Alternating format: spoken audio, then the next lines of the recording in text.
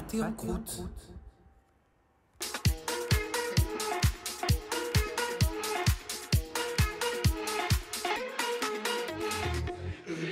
Actuellement dans la saison 2 de Frenchy Shore sur MTV et sur Paramount+, sa phrase chic, sa phrase choc, c'est avec Ouriel, c'est chic chic chic et tic tic tic. Je l'ai remasterisé bien sûr. Et Ouriel, paraît-il que tu sais jouer de l'harmonica avec ton nénuphar. Et oui mon Sam, je ne te révèle pas tous mes plus grands secrets, mais il est vrai, tu veux une petite démonstration, Ah, j'imagine. je veux, vous voulez une démonstration? Allez. Oui, Zatis veut une démonstration. Ouais. Regarde, en plus, Alors, attends, je te le fais. Tu vas te régaler. Et...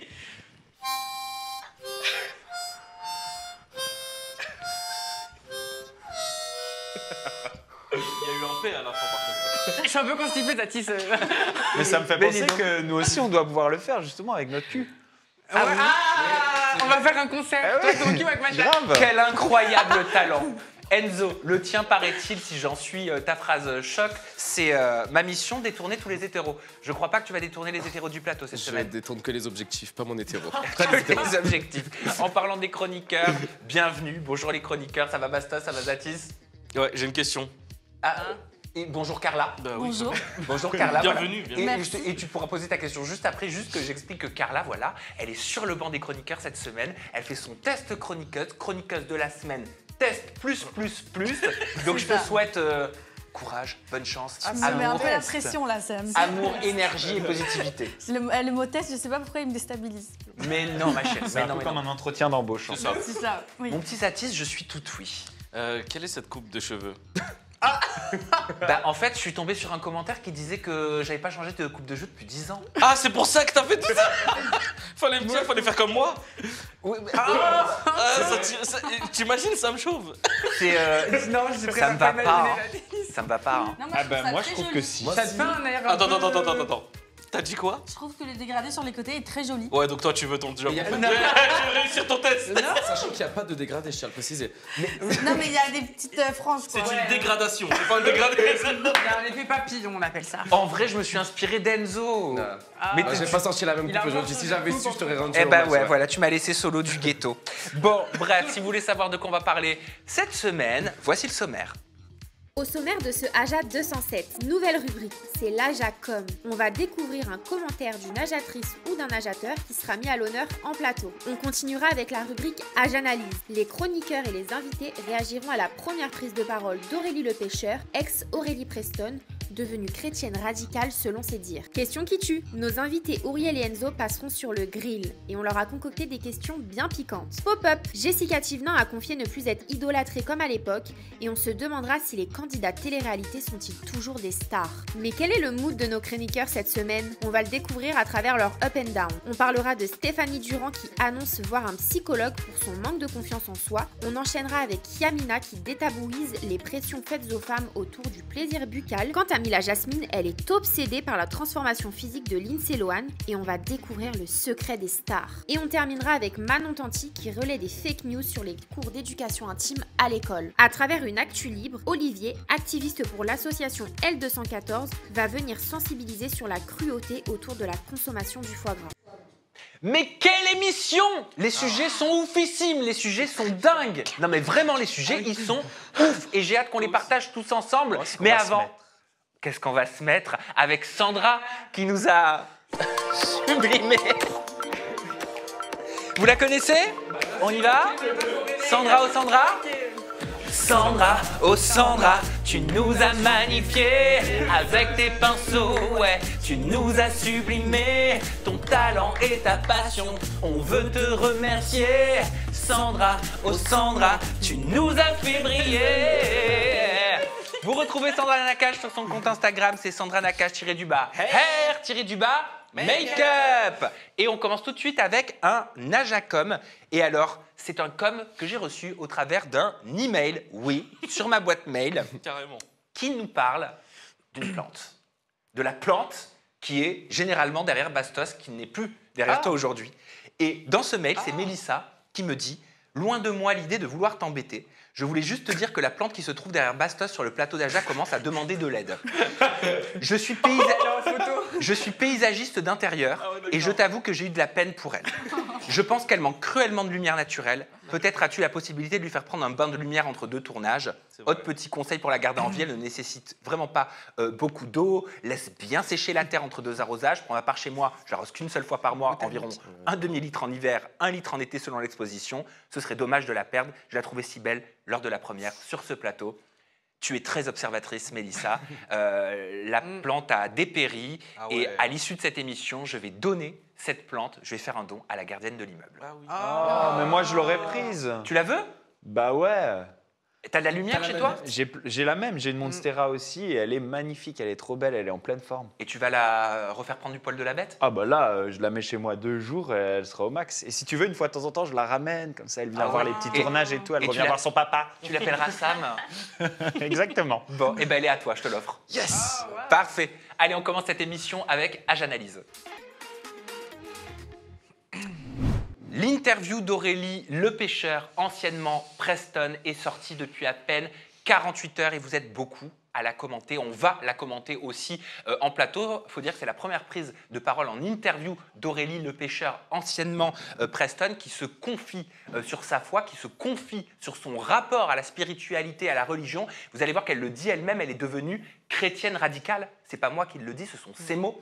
Elle l'explique dans l'interview et je compte sur vous dans les commentaires et en plateau pour être transparent, pour être sincère, pour être honnête, pour décrypter, pour analyser et pour dire ce que vous pensez de cette nouvelle Aurélie Preston. On va commencer tout de suite avec un premier extrait vidéo d'elle-même. Aurélie me parlait de sa garde à vue. Rappelez-vous, ça faisait la une de tous les journaux cet été. Elle a été en garde à vue, mise en examen également pour soupçon d'escroquerie, de séquestration sur son ex-dentiste, me semble-t-il. Elle en parle d'elle-même. C'est le premier extrait vidéo que je souhaite vous montrer. Elle parle également de son amour pour Jésus. Regardez. Bah, tout le monde le sait, j'ai été mise en garde à vue. Et en fait, pour moi, garde à vue, tu vois, il m'a dit « Auré, arrête. Auré, arrête, qu'est-ce que tu fais ?» C'est Dieu qui t'a mis en garde à vue? Pour moi, c'est tout est l'œuvre de Dieu. Et C'est- je remercie le Seigneur. Et d'ailleurs, je remercie même Madame la juge, je remercie tout le monde. Je remercie même cette histoire avec mon ex qui m'a amenée là. Parce qu'en fait, Un j'ai ex-dentiste. mon ex-dentiste, même lui, franchement, je l'aime, je l'ai pardonné, gloire à Dieu. Mais moi, je suis chrétienne radicale. C'est-à-dire que j'aime Dieu, j'aime Jésus. Jésus, pour moi, c'est mon époux. Dieu arrive dans ta vie quand tu as besoin de 2 choses. Quand j'ai été mise en garde à vue, j'avais jamais eu l'impression d'avoir de parents, donc j'ai croisé le Père et j'ai croisé l'époux, Jésus. Et j'aime Jésus. Chrétienne radicale. Ce sont des mots forts, des mots qui font réagir. Je vais m'adresser à toi, Carla Guébali, dans un premier temps. Comment tu souhaites réagir à ce nouveau discours d'Aurélie Preston qui le dit? Je suis chrétienne radicale. Bah, il me semble qu'elle a eu des addictions avant. Et j'ai l'impression que c'est très courant chez les gens qui ont un peu fait des péchés d'essayer de se faire pardonner en se mettant dans la religion. Moi, je connais plusieurs personnes dans mon entourage qui ont eu des petits problèmes d'addiction qui, après, se sont tournées vers la religion. J'ai l'impression que c'est peut-être pour essayer de se faire pardonner ses péchés, mais là, ça a l'air un peu extrême. J'ai l'impression qu'elle est comme illuminée. Peut-être que je trouve ça un peu étrange. Zatis, comment t'entends ce chrétienne radicale? C'est quelque chose qui fait beaucoup réagir parce qu'on va pas se mentir. Hein. Ouais. On entendrait je suis musulman radical, ça passe pas. Ça, non, c'est vrai que le mot radical, il fait peur depuis plusieurs années, et, à cause justement de ceux qui se disent musulmans radical, extrémisme, etc. Tous ces mots, ils font peur maintenant.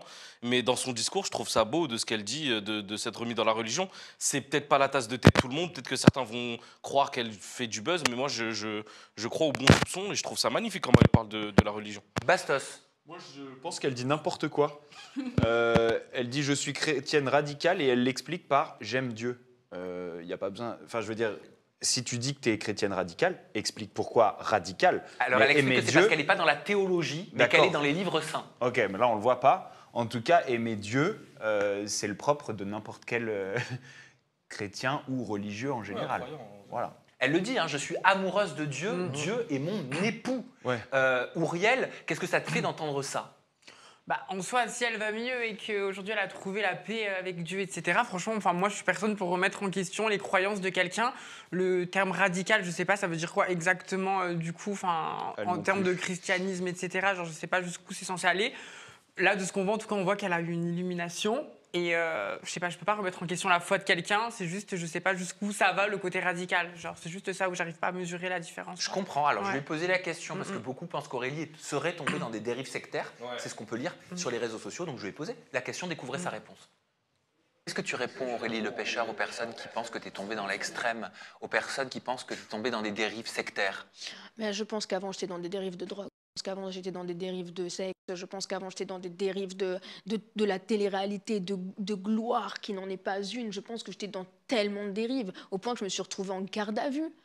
Et vraiment, et je me dis, mais vraiment, c'est vrai, les gens, ils changent comme ça de partenaire sexuel, sans être mariés. Mais vraiment, j'ai fait des photos comme ça, moi, où j'étais nue, j'ai fait du striptease, mais honte à moi, Seigneur, merci de m'avoir acheté. C'était n'importe quoi, ma vie, merci Seigneur, parce que, tu vois, de passer de stripteaseuse à modèle photo sexy, à être dans la télé-réalité, à consommer de la drogue tous les jours. Tu consommais de la drogue régulièrement? Depuis ces 2 dernières années, oui. Elle le dit, hein. Elle le dit aujourd'hui. assume. Je consommais de la drogue depuis ces 2 dernières années. Qu'est-ce que ça vous fait d'entendre Aurélie comme ça? Aurélie mettre de côté complètement qui elle était, avoir honte pour les photos qu'elle a pu faire, pour l'ancien métier, l'ancienne activité de stripteaseuse qu'elle a pu avoir. Carla Guébali.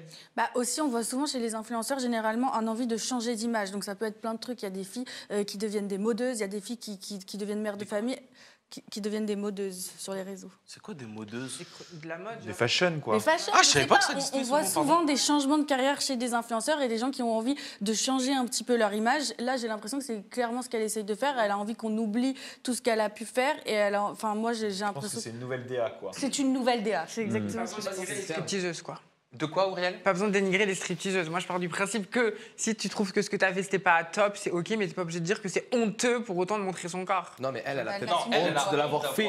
Ah, Je pense pas ok. qu'elle dénigre le métier en lui-même, mais elle a eu honte aujourd'hui avec le recul qu'elle a aujourd'hui. Et moi, je partage l'avis de Zati. Je trouve ça très beau, mais avec l'extrait que tu nous mets, que se rendre compte finalement que tout ce qu'elle a pu faire dans sa vie avant, elle avait peut-être pas forcément l'éveil des sens vis-à-vis de Dieu, vis-à-vis de la religion, etc. Et aujourd'hui, si elle trouve l'apaisement via sa religion, chose que je comprends parce que je suis chrétien en plus, peut-être qu'elle dit radicale, c'est parce qu'elle veut se consacrer à Dieu et tout ce qui concerne les textes saints et tout. Mais moi, en tout cas, je trouve ça beau. Pour le coup, je trouve ça beau. Bastos.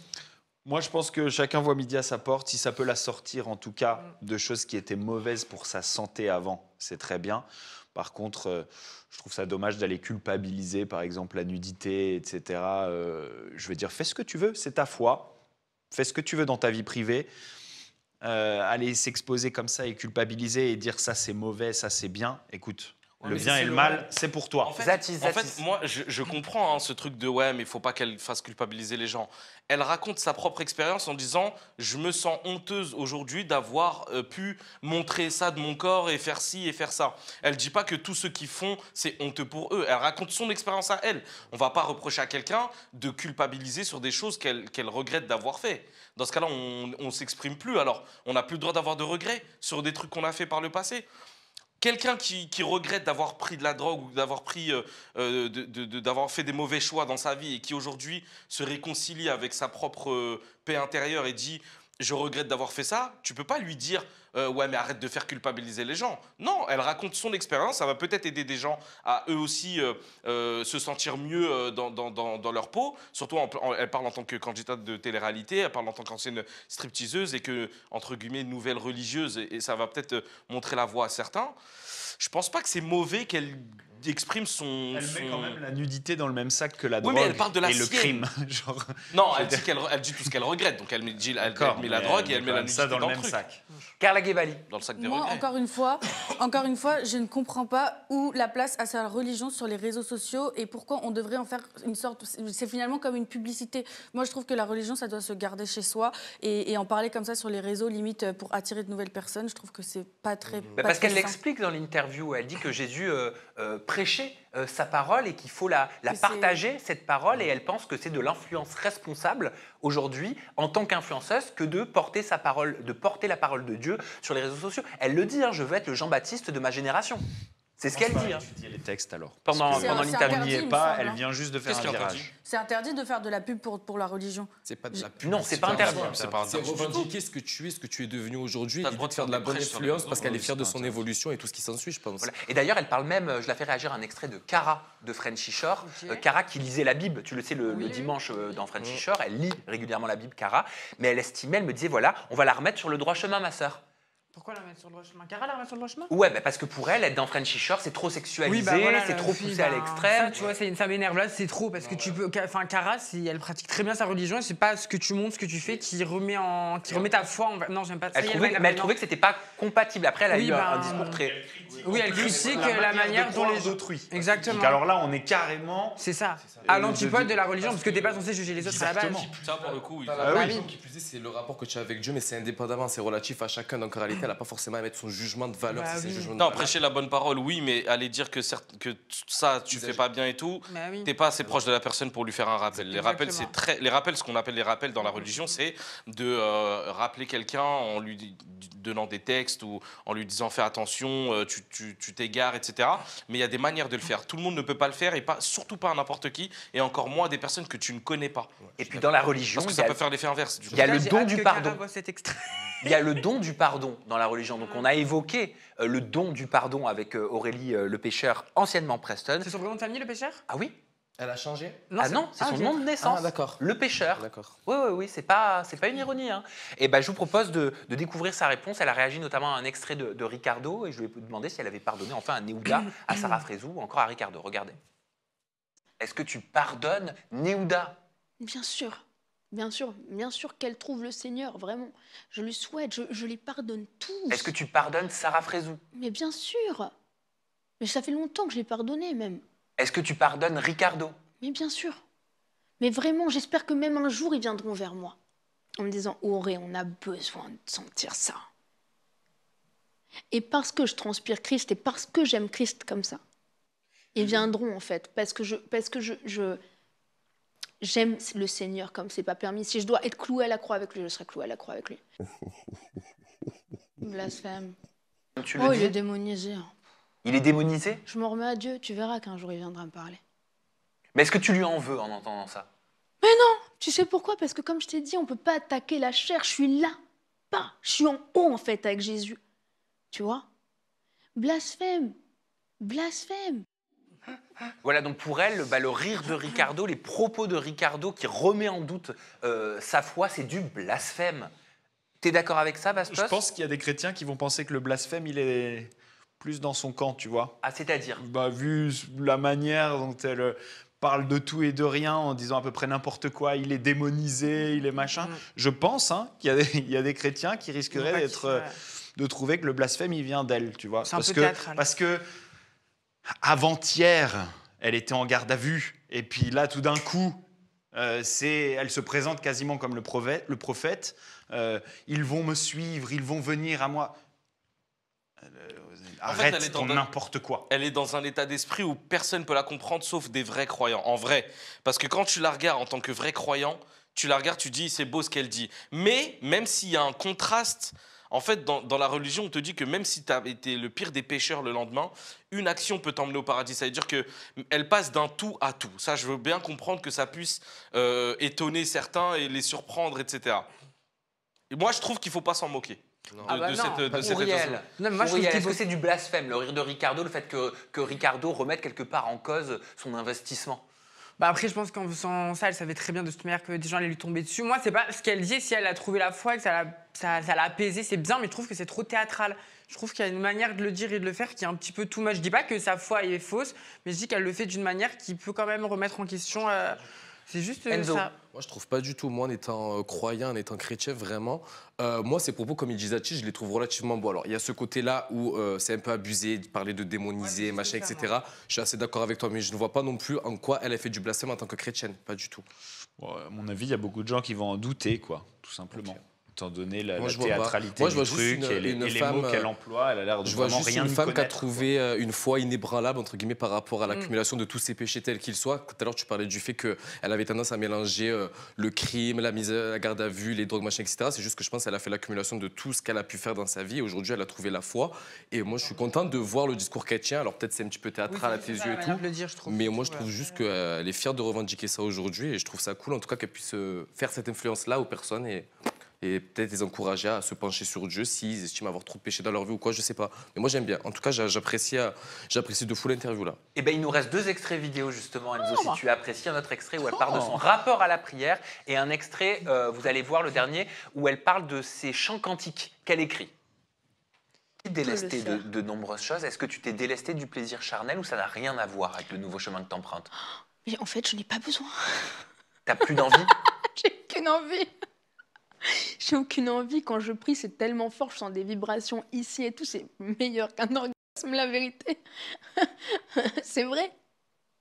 J'ai aucune envie. Je suis tellement remplie de Christ.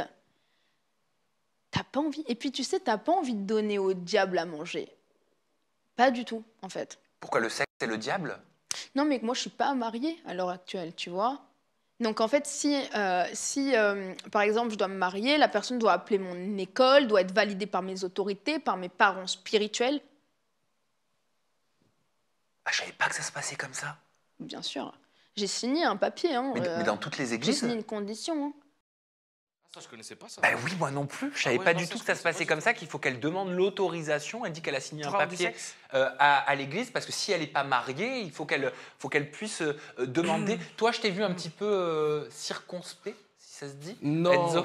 en fait c'est... Circoncis. Non, c'est pas circoncis bébé. De quoi? Ah non, c'est pas ça? C'est Auriel qui m'a dit une bêtise. Ok, non, vas-y. Ah ouais, d'accord, t'as vraiment cru que c'était ça le mot qu'il cherchait? Oui, oui. Mais non. Premier degré, Mais bébé, pourquoi tu veux qu'on parle de ce qui se passe dans mon point de Mais presse? non, il cherchait, il avait un doute sur le mot.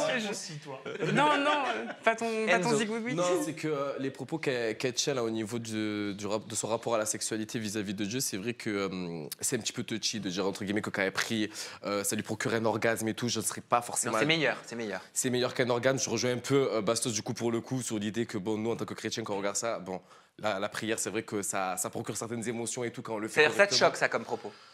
C'est touchy en tout cas, ça me choque pas forcément. Je vois ce qu'elle, enfin, je vois qu'elle est vraiment bien avec Dieu, etc. Mais de là à dire que c'est meilleur qu'un orgasme, bon, bah écoute, si elle le ressent. Après, elle a le droit de le penser. Si Oui, elle le non, mais ressent. c'est quand même Mais délicat. moi, ce qui m'inquiète, c'est un peu comme les personnes qui sont fraîchement reconverties à une religion. Ils ont soif d'apprendre. Donc c'est sûr qu'ils vont faire énormément de choses pour apprendre, pour se mettre à fond dans la religion.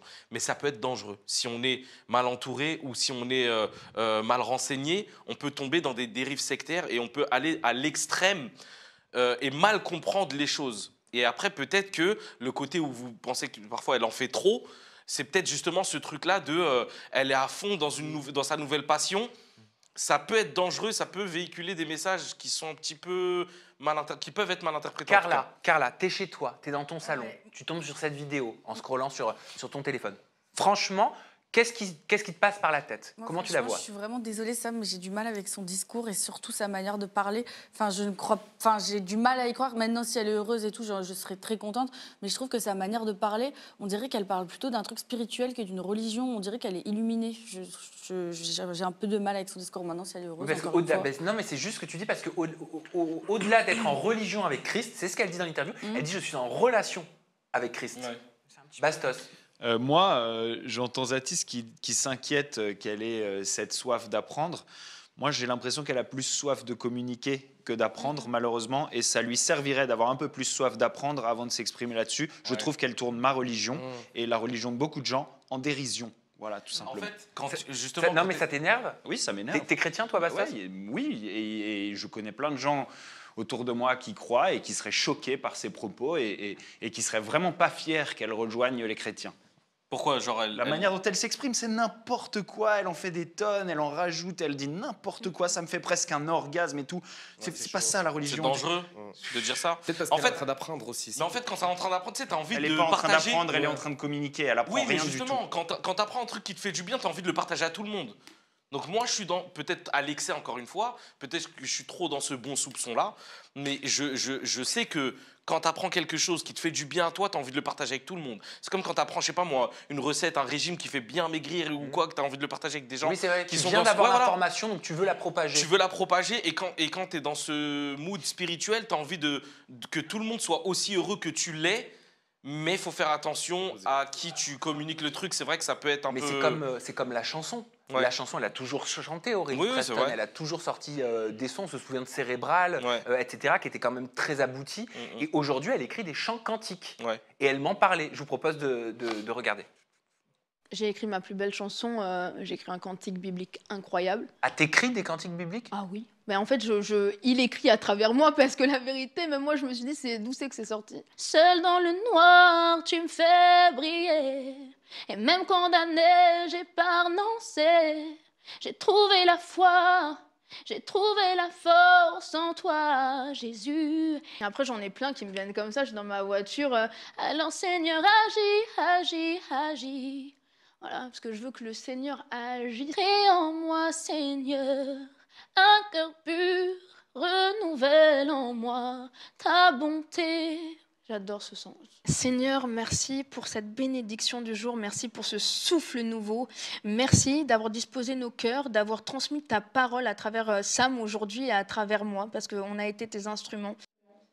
Bon, on va se parler simplement. En vrai, c'est joli quand même, ces chants. Moi, Franchement. personnellement... Moi, j'ai écouté, faut pas abuser, c'est joli, c'est pas horrible. Elle a une belle moi, voix. je s'énerve. Zatis. Mais moi, je trouve qu'elle a une belle voix. Après, c'est vrai que ça me ferait rire de, je sais pas, un ancien candidat de télé-réalité qui vient, qui dit Allahu Akbar, tu vois, un truc comme ça. C'est vrai que ça me ferait rire. C'était la tienne, Non, tu c'est rirais vrai. moins. Non, c'est pas que... Non, je rirais pas moins. Je rirais, ça me ferait rire quand même de voir, je sais pas moi, quelqu'un qui fait ça. En fait, c'est ça, c'est parce que toi, t'es musulman. Mais alors rien t'es à bien voir. content- T'es bien content qu'elle pourrisse notre Tu vois, là, religion. là, tu veux créer de la fitna. Là, tu veux créer de la fitna. Non, mais en vrai, clairement, c'est vrai que ça peut prêter à sourire. Mais il faut dire la vérité, elle a une belle voix en bas. Bah oui. Bah, ouais, Bah voilà. oui, Auriel. Non, mais tu sais quoi, je pense que c'est parce que ça fait beaucoup d'un coup, genre, on monte à chaque fois et tout, mais après, si elle chante et que ça lui fait du bien, qu'est-ce que tu veux qu'on dise à quelqu'un qui chante et qui écrit des sons cantiques et que ça lui fait du bien? Mais c'est vrai que c'est l'ensemble global, enfin, tu sais, à l'arrivée, elle te prend la main, elle fait des chants cantiques, le tout, c'est un petit peu genre... Oui. Oui, et je vais vous genre, dire la vérité avant de commencer l'interview. Ouais. Elle m'a dit j'aimerais prier avec toi, je vais prier avec toi dans l'interview. Je lui ai dit Aurélie, j'ai peur de rire. Ouais. Mais j'ai été honnête, je lui ai dit vraiment j'ai peur d'exploser de rire. Mais elle n'était pas vexée. Elle me dit mais je comprends mon frère. C'est normal. C'est parce que tu n'as pas l'habitude, tu m'as connu différemment et tout. Et au final, de l'avoir dit, ça m'a exorcisé le truc. Et en vrai, je l'ai écouté. Comment quoi. tu l'as reçue cette prière, toi qui justement dis que t'es pas croyant? Je n'ai jamais fait de prière. Et Je n'ai ça- jamais fait de prière. Je l'ai suivi, je lui ai tenu les mains, elle a Ouais. fait sa prière et elle m'a dit tu dis ainsi soit-il amen. Je lui ai dit ainsi soit-il amen. Et t'as rien ressenti, tu t'es pas senti. Arrête-toi. Non. Ouais, c'est purée, vraiment, lui. Blasphème. Voilà, blasphème. Non, mais sérieusement, c'est elle est-ce qui l'a que- dit, hein. est-ce que genre tu t'es senti, genre quand t'as écouté ces paroles, ça t'a fait plaisir ou ça t'a fait. Ou alors tu l'as juste laissé réciter, t'as dit Amen comme. J'ai senti qu'elle était, Arrête-toi. j'ai senti qu'elle était à fond et qu'elle était contente de me le partager. Ouais. Donc j'étais content de le partager avec elle parce qu'elle était contente de me le partager. Mais en vrai, non, ça m'a rien fait. J'écoutais Aya Nakamura, c'était la même. Ah ouais, d'accord. Blasphème. Ouais. Pour le coup, là, Ah bon, Non, c'est mais du t'as blasphème. pas Non, reçu, t'es pas sensible à... Enfin, t'as pas... Ouais, t'as le droit, Mais chacun sa... cette séquence magnifique. Ah mais moi aussi. On peut pas blasphémer, hein, quand même. Bah si. Bah non. Bien sûr que si. Bah non, le blasphème, c'est que par rapport à ta foi. Si tu n'y crois pas, un non-croyant ne peut pas Mais blasphémer. tu peux blasphémer la religion de quelqu'un d'autre. Et alors, c'est pas ta religion, tu ne dois aucun ça- respect à cette religion. Un non-croyant ne peut Alors pas là, non, je suis pas blasphémer. d'accord avec toi du Eh tout. ben, je te le dis, En c'est tant comme que ça. musulman, on doit le respect même aux non-musulmans. hein. Si, Même aux si je religions. suis Même aux non-croyant, non-croyants. je suis libre de ne reconnaître aucune religion et Non. donc de dire ce que je veux sur ce que je veux. Tu es libre. Mais ce Voilà. que tu diras sera interprété comme du blasphème. que Pour tu le veuilles toi, ou non. pour toi, ça sera du blasphème, mais ça sera pas du blasphème pour moi. Ah, après, tu fais ce que tu Voilà, veux. Voilà, en fait, un non-croyant ne peut pas blasphémer. ce sera peut-être pas délictuel aux yeux de la loi, mais ce sera considéré comme amoral. Ouais. Je me mets dans la Oui. peau de quelqu'un qui serait non-croyant hein, Ouais. quand je dis ça, attention. Mais ça reste du blasphème par définition. Pour toi. Pour la personne qui l'entend. Mais pour la langue Ouais. française, le blasphème, oui, c'est oui. ça. Non, le blasphème, c'est si tu crois en une religion, que tu par exemple, si tu es chrétien, tu es baptisé, tu es machin, etc. Ouais. Et là, tu parles mal de ta religion. Là, tu blasphèmes. Mais si toi, tu es étranger à toute religion, tu peux dire ce que tu veux, tu es libre de dire ce que tu veux, et ça ne sera pas du blasphème. Si. Un croyant de cette religion pourra considérer ça comme du blasphème, mais ça ne le sera pas pour toi. Tout est question de point de vue. Je peux chercher la définition de mot blasphème? Et tout est une tu veux. question aussi de sensibilité Ouais, et complètement. faire attention à la sensibilité des autres si on ne partage pas la même sensibilité Exactement. aussi. Voilà. On termine cette analyse et on va tout de suite enchaîner avec la question qui tue. Et Bastos, tu avais la parole, tu peux la garder. Je te confie Ouriel. Tu peux y aller pour ta question qui tue. Alors, ma question qui tue, Dis-moi c'est pour tout. toi, Auriel. Oui, yes. On a tous vu un extrait de toi dans Frenchy Shore. L'extrait qui a tourné partout. Mhm. Est-ce qu'on le re-regarde, l'extrait, ou pas? Avec plaisir. Ah, Allez, bah, on se merci, re-regarde. je me serais bien passé. Non, j'ai une option. Toi et moi en même temps. Oh, on est 4 meufs, c'est non. Attends, Tu fais avec elle, non, attends. c'est Elle a non. dit t'es censée être sa copine, tu veux gérer son pélo. Pardon, Pépita. Vous êtes 3 meufs avec mon gars, non. Donc t'es jalouse. Mais c'est la personne que j'aime bien, il y a 3 go. Ben non, Et alors ça serait pas. Bah oui. Bah donc ça me fait chier. Comment ça bouffonne Je suis Oh la venu, petite, t'es une comment ça bouffonne Ferme ta gueule. Allez, ferme. Dégage, dégage. je te vois. Dégage. Ah non. Comment ça bouffonne Si t'as pas de répartie, arrête de m'insulter, t'as pas de Laissez-moi répartie. sortir là, laissez-moi sortir de là. Elle vient de m'insulter, elle a pas de... Elle a pété le décor. La drama queen de retour. Quel drama queen. Dis pas ça maintenant, s'il te plaît. Je fais ce que je veux. Je dis ce que je veux, je fais ce que je veux. Alors, les réseaux sociaux se sont enflammés après la diffusion de cette séquence. On a vu des commentaires horribles. Voilà, ça prouve que les trans ont des problèmes psy, etc. Genre du transphobisme partout. Ma question qui tue, c'est la suivante. T'as vraiment l'image d'une meuf forte qui pense comme elle pense, qui s'en bat les couilles de tout.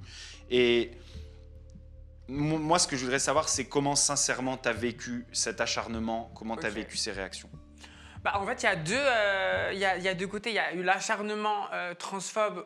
Ça, vraiment, je m'en fous complètement. C'est un truc qui passe au-dessus de la tête. Ça fait 1 an et demi que je m'en prends plein la gueule sur ça. Donc, franchement, je m'en fous. Et il y a Mais eu, là, c'était x 10 000. Hein.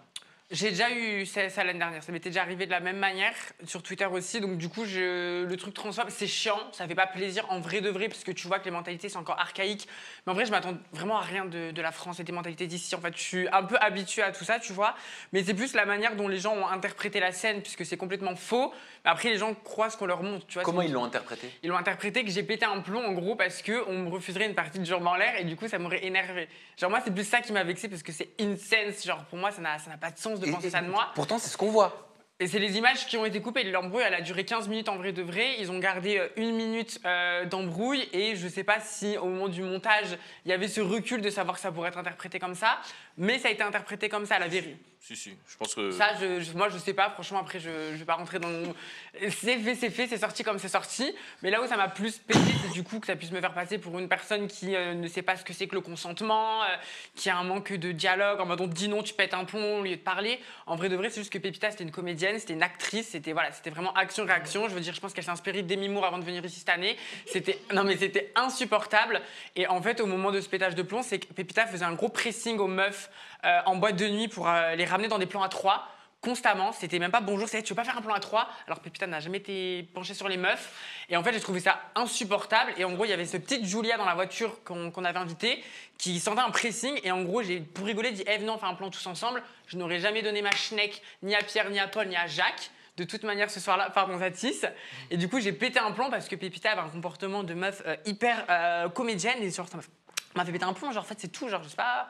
J'ai pas plus à dire en vrai. Hein, mais ce qu'on te demande, c'est plus comment tu l'as vécu, la réaction. Maintenant, c'est passé en vrai de vrai, que la situation en elle-même. Ouais, ça m'a peiné en vrai de. Non, ce qui m'a peiné, c'est plus qu'on puisse prendre mon image et la montrer et déformer la réalité des choses. C'est plus ça qui m'a énervé parce que moi, je suis très juste et je déteste l'injustice. Si j'avais vraiment pété un maintenant, tu te méfies pas de cette prod maintenant? Non, franchement, non, pas du tout. Qui finalement a pas été bienveillante envers toi si elle a décidé de détourner des images.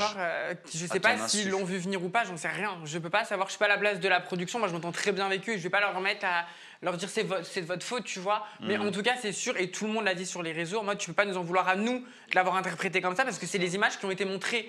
Mais moi, c'est sûr que ça m'a peiné. Enfin, moi, qu'on puisse remettre en question mes principes et mes valeurs, qu'il y a un consentement très éclairci sur la notion du respect, de la sexualité et tout, c'est plus ça qui m'a peiné. Et c'est sûr que l'ampleur du truc, enfin, 16 millions de vues sur Twitter, c'est quand même costaud. C'est parti, j'ai reçu des menaces dans ma boîte Gmail, sur Twitter, sur Insta, sur TikTok. C'est parti en cacahuète pour un extrait qui a été complètement déformé, qui n'était absolument pas la réalité des choses. Donc voilà, c'est juste ça.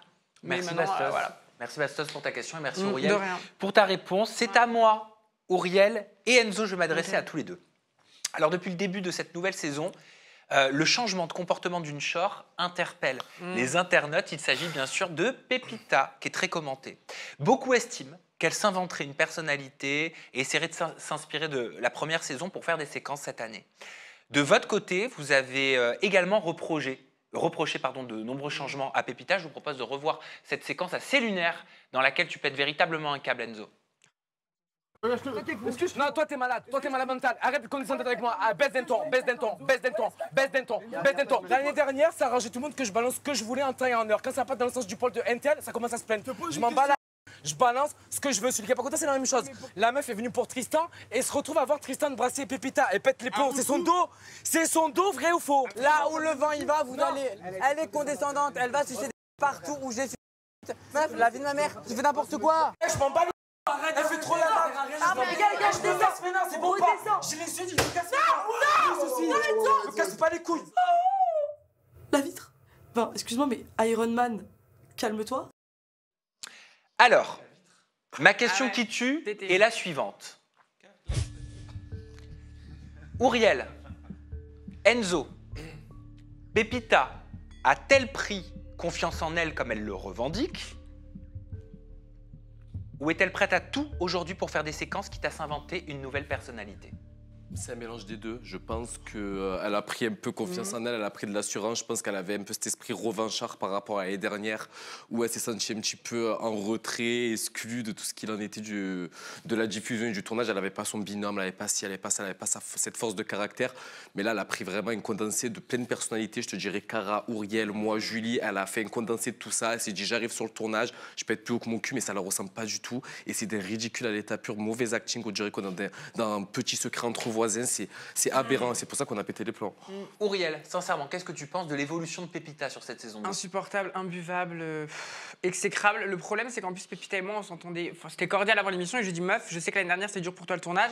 Cette année, t'inquiète, je vais pas te laisser sur le teco et tout. Enfin, elle savait qu'elle n'aurait pas été seule. Et je pense que Pépita s'est bien fait monter le bourrichon avant de venir. Tu vois, je pense qu'elle s'est dit, faut que j'arrive, faut que je monte cette année. Et elle s'est un petit peu trompée de coche. Elle pensait qu'il fallait. Je sais pas, coucher, qu'il fallait être très sexuel pour marcher dans Frenchy Shore. Et je pense qu'elle s'est effectivement inspirée un peu de choses qui ont fonctionné en saison 1. Mais en saison 1, ça a marché parce que c'était naturel ce qui se passait, tu vois. Et elle a voulu faire des copier-coller. Enfin, son comportement avec Ardon était très similaire avec le mien, avec Melvin. Mais on voit bien que le rendu n'est pas le même. Et malheureusement, si elle a pris confiance en elle, c'est très bien. Mais je pense qu'il y a eu un côté un petit peu trop je vais faire de la comédie, je vais faire de l'acting pour marcher cette année. Et ça a complètement flop. Parce que Pépita, de son côté, elle dénonce une forme de harcèlement. Hein. Oui, bien sûr, d'accord. Allez, on va tous pleurer. Allez, écoutez, c'est elle la victime de cette histoire. Oui, je vais oui, comprendre que j'aime pas qu'on fasse partie de. Comme si c'était Hagla partie, j'aime pas du tout les trucs comme ça. Elle a cherché beaucoup énormément à travers son comportement. Mais de fou. Mais on cherche pas à se faire harceler. Mais personne ne l'a harcelé. À un moment donné, t'es chiant, chiant, on tombe dessus, et sinon tu fermes ta gueule, tu veux rien qui t'arrive. En fait, ça, c'est un truc qui m'insupporte. Je dis, regarde, même moi, avec la sauce que je me suis tapée. Non, mais c'est vrai, à un moment donné, même moi, avec la sauce que je me suis tapée, je suis pas en train de m'apitoyer sur mon sort. Ça m'a fait de la peine, c'était dur et tout, mais je m'apitoie pas sur mon sort. Meuf, t'arrives, t'es chiant, t'es imbuvable, tu casses les couilles, bah tu fermes ta bouche, sinon ça prend pas à toi. C'est tout, c'est comme ça que ça se passe. C'est un programme de télé-réalité, on est enfermé, on devient tous zinzin. Donc comporte-toi bien avec les gens, ou alors ferme ta gueule, c'est comme ça que ça se passe. Donc arrête de faire la victime, c'est un truc qui m'insupporte. C'est réel. Tu trouves qu'elle fait la victime sur les réseaux? Bah oui, elle a fait des lives. Oui, mais moi, on Marcel, on dirait que dès qu'un mec me plaît. Mais meuf, si ta schneck plaît au mec, je suis ravie pour toi en fait. Juste que t'es une comédienne, tu cassais les couilles à tout le monde matin, midi et soir, même la production a envie de t'étrangler. T'étais chiante, meuf. T'étais à deux doigts de te faire virer du tournage, mais après, des moments, réveille-toi. Non, la victimisation, je déteste ça. C'est un truc qui m'insupporte.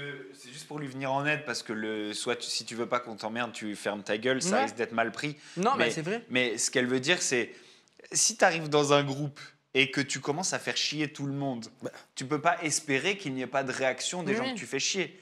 Voilà, c'est juste ça. Ça veut pas dire quand ferme ta gueule si tu veux pas qu'on t'harcèle. Non, quand tu veux qu'on t'envahisse, tu fermes ta gueule. Je parlais des réseaux, de la suite, de ce qu'elle a fait dans les réseaux après. Parce que du coup, là, elle reproche qu'on la harcèle, mais c'est parce qu'elle, en gros, elle a pris la parole en première pour nous faire passer pour des harceleuses. Donc en fait, nous, on est obligé de surenchérir à ça. Et du coup, il y a eu effectivement un effet de masse sur Pépita. Je suis pas pour l'harcèlement. À un moment donné, si tu veux que ça se passe bien, mets-le dans ton vin, essaie de voir les choses correctement et un peu de lucidité et remets-toi en question. Carla Guébali, toi, c'est une situation qui te parle. Tu peux faire un transfert par rapport à ton expérience, ta première expérience télé-réalité dans les 50. C'est quelque chose que tu as vécu, ça? C'est vrai que quand tu arrives dans une première télé et que tu n'es pas à l'aise, je comprends le fait qu'elle ait envie de prendre sa revanche. Et c'est vrai que là, si je refaisais une autre télé, peut-être que j'aurais les mêmes comportements qu'elle et je la comprends en même temps parce que ça doit être difficile à gérer. Non, mais ça doit être difficile à gérer, de faire sa place quand on a une personnalité où on est en retrait. Ça ne doit pas être évident. Donc Oui, non, mais ce que tu es en train de dire, Carla, c'est que tu peux comprendre qu'en ayant été un peu plus effacée en saison 1, elle veuille montrer de quoi elle est capable, quitte à se perdre un petit peu peut-être. C'est ça, exactement. Il n'y a pas juste milieu. Ça veut dire que toi, demain, tu as une deuxième télé-réalité, tu vas donc adopter un nouveau personnage. Je ne vais pas adopter un nouveau personnage, mais peut-être qu'elle a essayé de prendre confiance en elle et qu'elle s'est perdue là-dedans. Mais qu'elle ait pris confiance en elle, c'est bien, et c'est pas ça que je prends. C'est qu'en fait, à un moment donné, quand on filme et que tu cherches les caméras, que tu caches ton micro, tu fais attends, il n'y a pas encore la caméra. C'est ça que je reproche. C'est ça que je te dis, c'est pas son comportement en fait. Tu vois des arrêts sur image, vraiment, t'as pépite à comme ça, genre. Et qui regarde la caméra. C'est ça que je reproche. Après, il y a des gens pour qui faire une télé, c'est une chance et ils sont comme des fous. Moi, je voyais certaines personnes dans les 50, c'était la chance de leur vie de faire cette télé. Donc peut-être qu'elle a voulu tout donner. Je ne donnerai pas de nom, mais il y a des gens, c'est le truc de leur vie de faire un programme. Donc ce que je peux comprendre aussi, parce qu'il y a des gens qui ont besoin de ça pour après avoir une carrière. Et donc peut-être que pour elle, c'était le moment où elle s'est dit, c'est maintenant ou jamais, je donne tout. Donc je comprends. Si on a repris de la saison 1 à la saison 2, c'est parce que les gens, du coup, la production et tout l'ont kiffé pour son naturel. Donc en fait, à part se tirer une balle dans les pieds et manger des vagues de haine. Pas forcément. Après, on sait pas. Ouais, ça, on sait pas. Et puis peut-être que c'est la production qui l'ont boosté comme ça. Tu sais quoi? À mon avis, la production l'ont pris parce que l'année dernière, c'était un petit peu l'ennemi de certaines personnes. Il faut toujours des méchants dans les programmes. Donc des fois, tu te dis, on va la reprendre elle. Peut-être elle est chiante et tout, mais c'est la bonne tête de Turc. Tu vois. Alors ça se dit plus. Ça se dit plus tête de Turc. Parce que c'est une origine. Tête de palmier. La cible à abattre. La cible à abattre. Oui, voilà. Mais ils lui ont peut-être mis un gros TED Talk aussi avant, en mode bon, l'année dernière. C'était dur pour toi, cette année, venge-toi. Allez, vas-y, tu vois. Et elle est rentrée comme ça aussi. Je lui en veux pas. Et franchement, je lui ai dit, en plus, avant l'émission, je lui ai dit, meuf, vas-y, monte ta vraie personnalité. Et je suis contente qu'elle ait pu montrer une personnalité plus explosive qu'en saison 1. C'est pas ça que je reproche, c'est que vraiment, c'était trop de l'acting, c'était du fake. Et en fait, en plus de ça, elle gère très très mal parce qu'au lieu de se remettre en question, elle a un côté très provocateur en fait. Donc du coup, elle a très mal géré le truc. Et ça, elle a toujours eu. Et elle a toujours eu. Lui reprocher le côté provocateur et tout. C'est ça.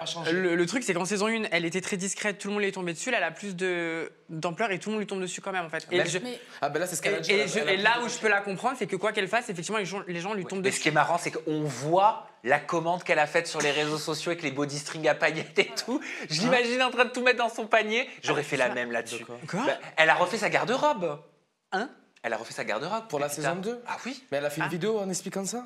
Ah non, c'est moi qui l'estime. D'accord, tu l'as. Okay, Ah oui, elle a...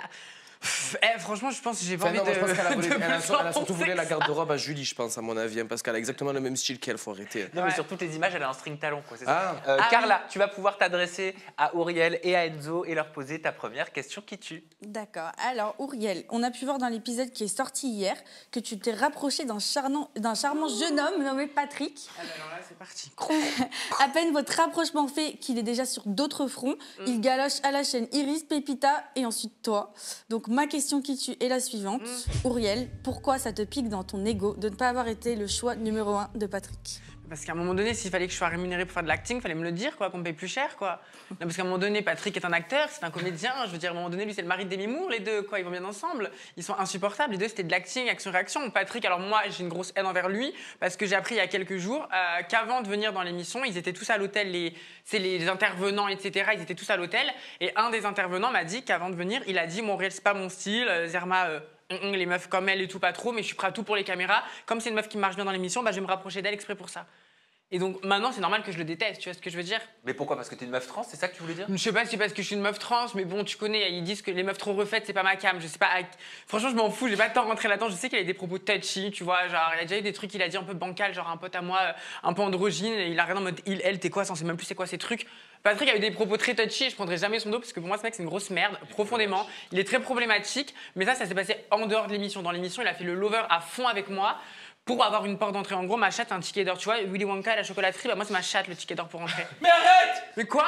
Ça suffit! Mais c'est la vérité. Il y a des mots qu'on peut pas dire sur cette plateforme. C'est ma miaou, ma miaou, ma pussy, ma golden pussy qui coûte très cher, a servi à Patrick pour venir prendre de la Mais pourtant, lumière. il est adorable, Patrick. Moi, je l'ai eu en interview, c'est un amour. Mais c'est normal, c'est un amour. Je veux dire, à un moment donné, quel intérêt il aurait de pas être un amour? Il est juste teubé, c'est Il pas manquerait plus qu'il morde. Mais il manquerait plus, c'est ça, c'est ce que j'allais dire. Il manquerait plus que ce soit un chihuahua qui a la rage. T'imagines le combo horrible? Non, pour moi, c'est un. Franchement, j'aurais pu prendre son dos. Il y a encore quelques dos en mode bon, tu peux préférer les meufs naturelles, j'étais pas ta cam, y a pas de problème. Mais tu t'es clairement servi de moi pour intégrer l'émission. Et donc, zéro authenticité. Ça, quoi. Zéro authenticité. Vraiment, tu le vois que c'est un produit quand même de la télé. Il a déjà fait les juste avant. Il avait fait les castings pour Love Island. Il sait très bien tout ce qu'il fait. Mais oui. Plus, mais comme beaucoup de candidats. Comme beaucoup de candidats. Mais quoi qu'il en soit, prendre une personne pour essayer d'exister à l'écran, si elle est vraiment attachée comme elle aurait été attachée avec Melvin, on fait comment derrière? On lui tombe dessus. Bah oui, on fait comment derrière, Bastos? On fait comment derrière? C'est ça, vous êtes un peu tout le temps en train de dire ouais, lui c'est un acteur, elle c'est une actrice, etc. En télé-réalité en général, bon, il y a des bons acteurs, des mauvais acteurs, et c'est comme ça qu'on fait la différence. Alors, c'est pas forcément mais peut-être les acteurs. Tu vois ce que je veux dire? Parce que nous, c'est que notre deuxième Ouais. télé aussi. Moi, je te parle d'authenticité. Il y a plein de gens qui en rajoutent, et il y a plein de gens qui en rajoutent très bien, et il y a plein de gens qui ont fait carrière en rajoutant très bien, et qui sont même devenus les personnages qu'ils avaient créés, tu vois. Parce qu'il y a ça aussi, il y a des gens qui, qui se sont fait rattraper par leurs personnages en télé et qui sont devenus dans la vie de tous les jours. Mais des acteurs, des gens qui ont amplifié certains aspects de leur personnalité, etc., il n'y a que ça. C'est pas tant le d'amplifier, c'est le fait de te servir et d'aller à l'encontre de choses que tu ferais dans la vie de tous les jours pour les caméras. C'est ça qui m'a dérangé. Parce que même il se serait servi de moi pour les caméras, je m'en fous. À la limite, c'est le game, tu vois ce que je veux dire? Mais que tu es carrément formulé avant de venir, ouais, elle, je la touche pas. Mais comme c'est une meuf qui marche bien dans l'émission, j'y vais. Mais c'est ça que je trouve ça m'intéresse de faire un parallèle avec une émission sur la TNT. Tiens, est-ce que toi, tu as vu des comportements comme ça chez certains candidats en meuf, ok, en temps normal, je le calculerai pas, je la calculerai pas, mais non, mais il faut trop que j'y aille, ça va me faire des séquences, quoi. Franchement, je sais que la production dans laquelle j'étais vraiment à horreur des trucs qui peuvent être mis en scène, mais vraiment, j'ai aucun intérêt à vraiment leur lécher les bottes ou quoi, mais genre vraiment, c'est des trucs qu'ils détestent, ils n'aiment pas quand on invente des trucs, et là-bas, ça se dit pas trop, je vais faire semblant, etc. Parce qu'ils nous écoutent et s'ils entendent ça, ils nous engueulent. Mais après, c'est vrai que moi, il y a un truc qui me dérange vachement et que je vois souvent, c'est que j'ai l'impression que toutes les jeunes filles qui ont 20, 22 ans, 23 ans, qui commencent la télé, ont l'impression que plus elles vont se taper de mecs, ou plus elles vont se taper le mec des autres, plus elles vont réussir. Mais je ne trouve pas que c'est comme ça que tu réussis. Donc la télé-réalité encouragerait la chouinerie?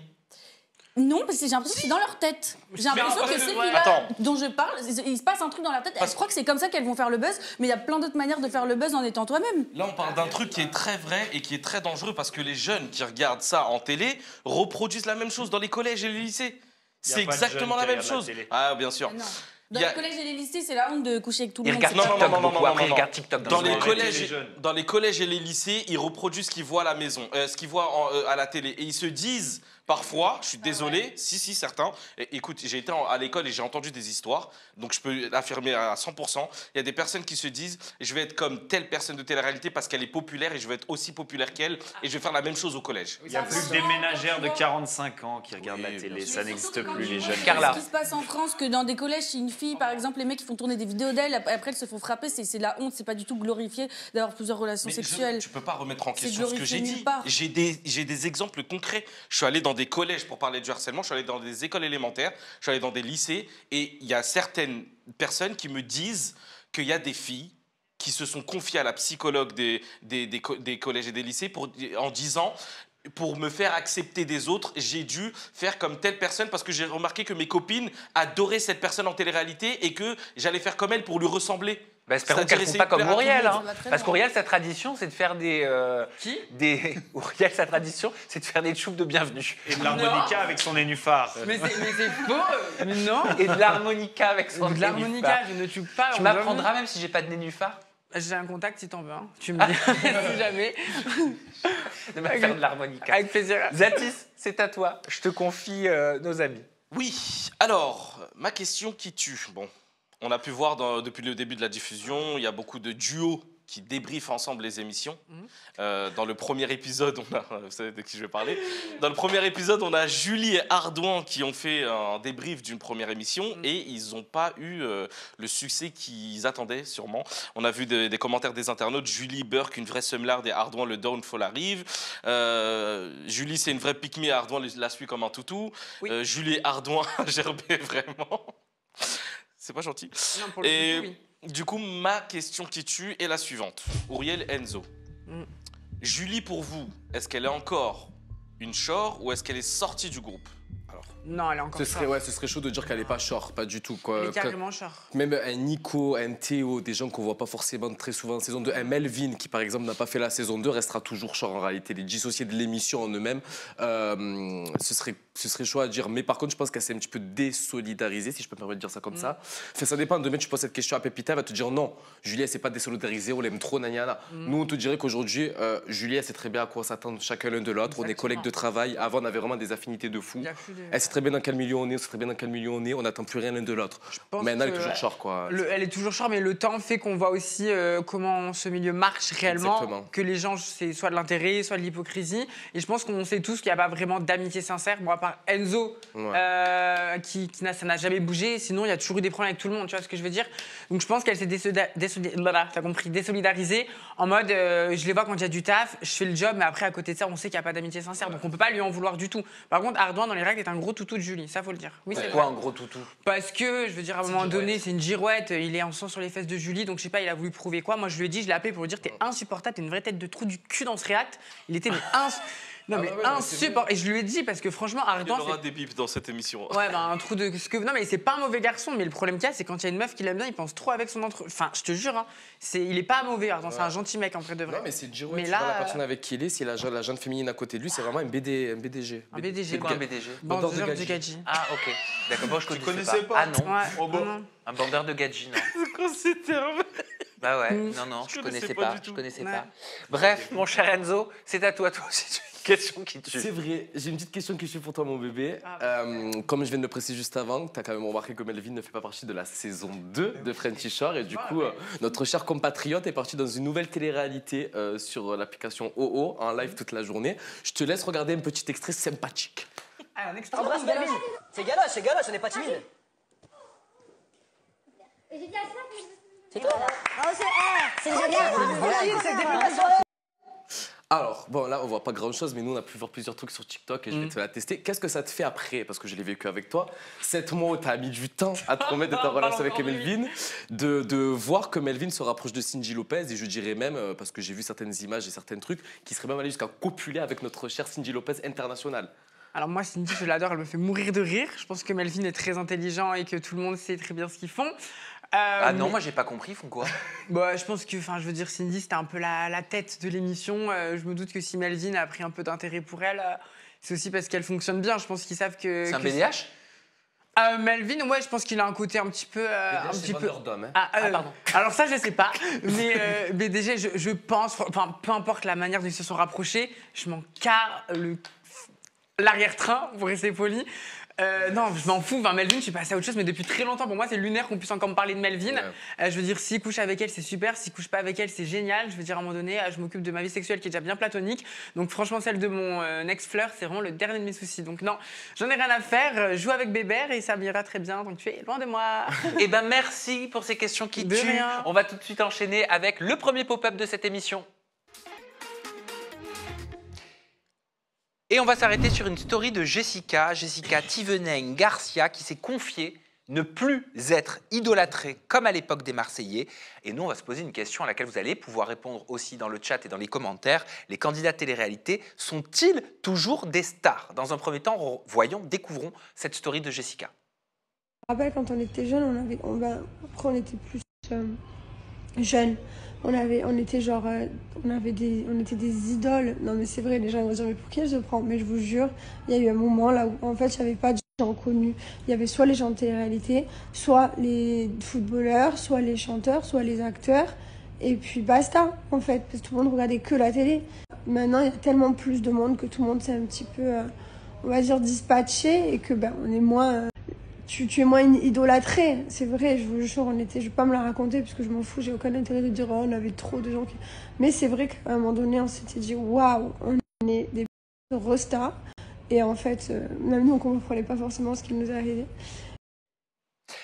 Alors, est-ce que vous estimez que les candidats télé-réalité sont toujours des stars de télé-réalité? Est-ce qu'elle a raison, Jessica, dans son discours? Est-ce qu'en effet, ils étaient idolâtrés avant, ils étaient des stars avant, ils ne le sont plus véritablement aujourd'hui? Est-ce que vous avez le même sentiment? Carla Gebalay? Pour moi, elle se trompe. Débalaï. Débalaï. Pour moi, elle se trompe complètement. Elle croit être idolâtrée, mais à mon avis, c'est autre chose. Quand des gens viennent la voir pour lui parler dans la rue, prendre des photos, ou que c'était à l'époque, il y a sûrement quelques personnes qui peut-être les idolâtraient. Je pense que c'est autre chose. Les gens, ils viennent la voir parce que ça les fait rire, parce que c'est un peu comme des bêtes de foire. C'est un peu méchant ce que je dis, j'exagère. Mais c'est un peu comme... Je veux pas être méchante et lui manquer de respect, elle a l'air super gentille et tout, mais ce que je veux dire, c'est que c'est un peu comme des bêtes de foire et que personne ne l'idolâtre, en fait. Et personne ne l'a jamais... Selon moi, personne ne l'a jamais idolâtré. Après, je sais que ça dépend des villes. À Paris, en tout cas, personne n'a jamais idolâtré une personne de télé-réalité. C'est vrai que quand je vais à Marseille, en l'occurrence, parfois le week-end, etc., je vois que les gens idolâtrent, par exemple, Alex. Mais je pense que ça dépend. Mais enfin, pour le coup, je pense qu'elle se trompe de terme. Et en revanche, pour répondre à ta question, aujourd'hui, ils sont vraiment plus idolâtrés du tout. Et c'est complètement l'inverse. Maintenant, c'est devenu la honte parce qu'il y a beaucoup de choses qui ont été pointées du doigt. Les gens, ils en ont eu marre, comme on disait tout à l'heure, justement, de tout ce faux. Parce qu'au début, les gens y croyaient. Je pense que c'est pour ça aussi qu'on les idolâtre. Croivez. Mais non. Il croivait. De toi. Tiens, Bastos, elle a raison, Carla Guébali, ils n'ont jamais été idolâtrés. Là où la tort, c'est qu'ils ont été idolâtrés et ils ont déchaîné les passions, ils ont eu des groupies, on a vu des masses se déplacer pour leur courir après, et des trucs incontrôlables. Donc oui, ils ont été idolâtrés. Oui, ils le sont encore dans certains endroits. Non, ils ne le sont pas à Paris. Peut-être même ils l'ont jamais été à Paris. Paris, c'est différent. Paris, il y a une autre mentalité, Qu'est-ce que vous êtes en train de dire que la province, c'est les ploucs et Paris, c'est l'élite? Pourquoi? Quel rapport? Quel rapport? ce que j'ai C'est vu. juste une différence de divertissement. Oui. Maintenant, ce qui est sûr, c'est que la télévision a perdu de l'ampleur, a perdu de sa splendeur, et en général d'ailleurs. Et si tu prends un chanteur qui a fait un hit, et puis que il fait plus rien après, par exemple, au fur et à mesure, on l'oublie. Bon, bah, si ton art, la télé en l'occurrence, perd du terrain et n'intéresse plus grand monde, peu importe les raisons, que ce soit à cause des scandales, que ce soit juste à cause du vieillissement du public de la plateforme, etc., c'est normal qu'on t'oublie peu à peu. Et après, à toi, si tu veux continuer à être idolâtré, si c'est ça ton but, bah, de faire revivre la passion. Mais qu'est-ce que tu entends, toi, Enzo? Parce que tu avais un blog à l'époque. Hein. Ouais. Sur les réseaux sociaux, tu avais un blog, tu parlais des candidats de télé-réalité, des influenceurs, etc. Est-ce que toi, tu les idolâtrais? Non, alors non. Moi, je gagnais ma vie comme ça, on va parler français.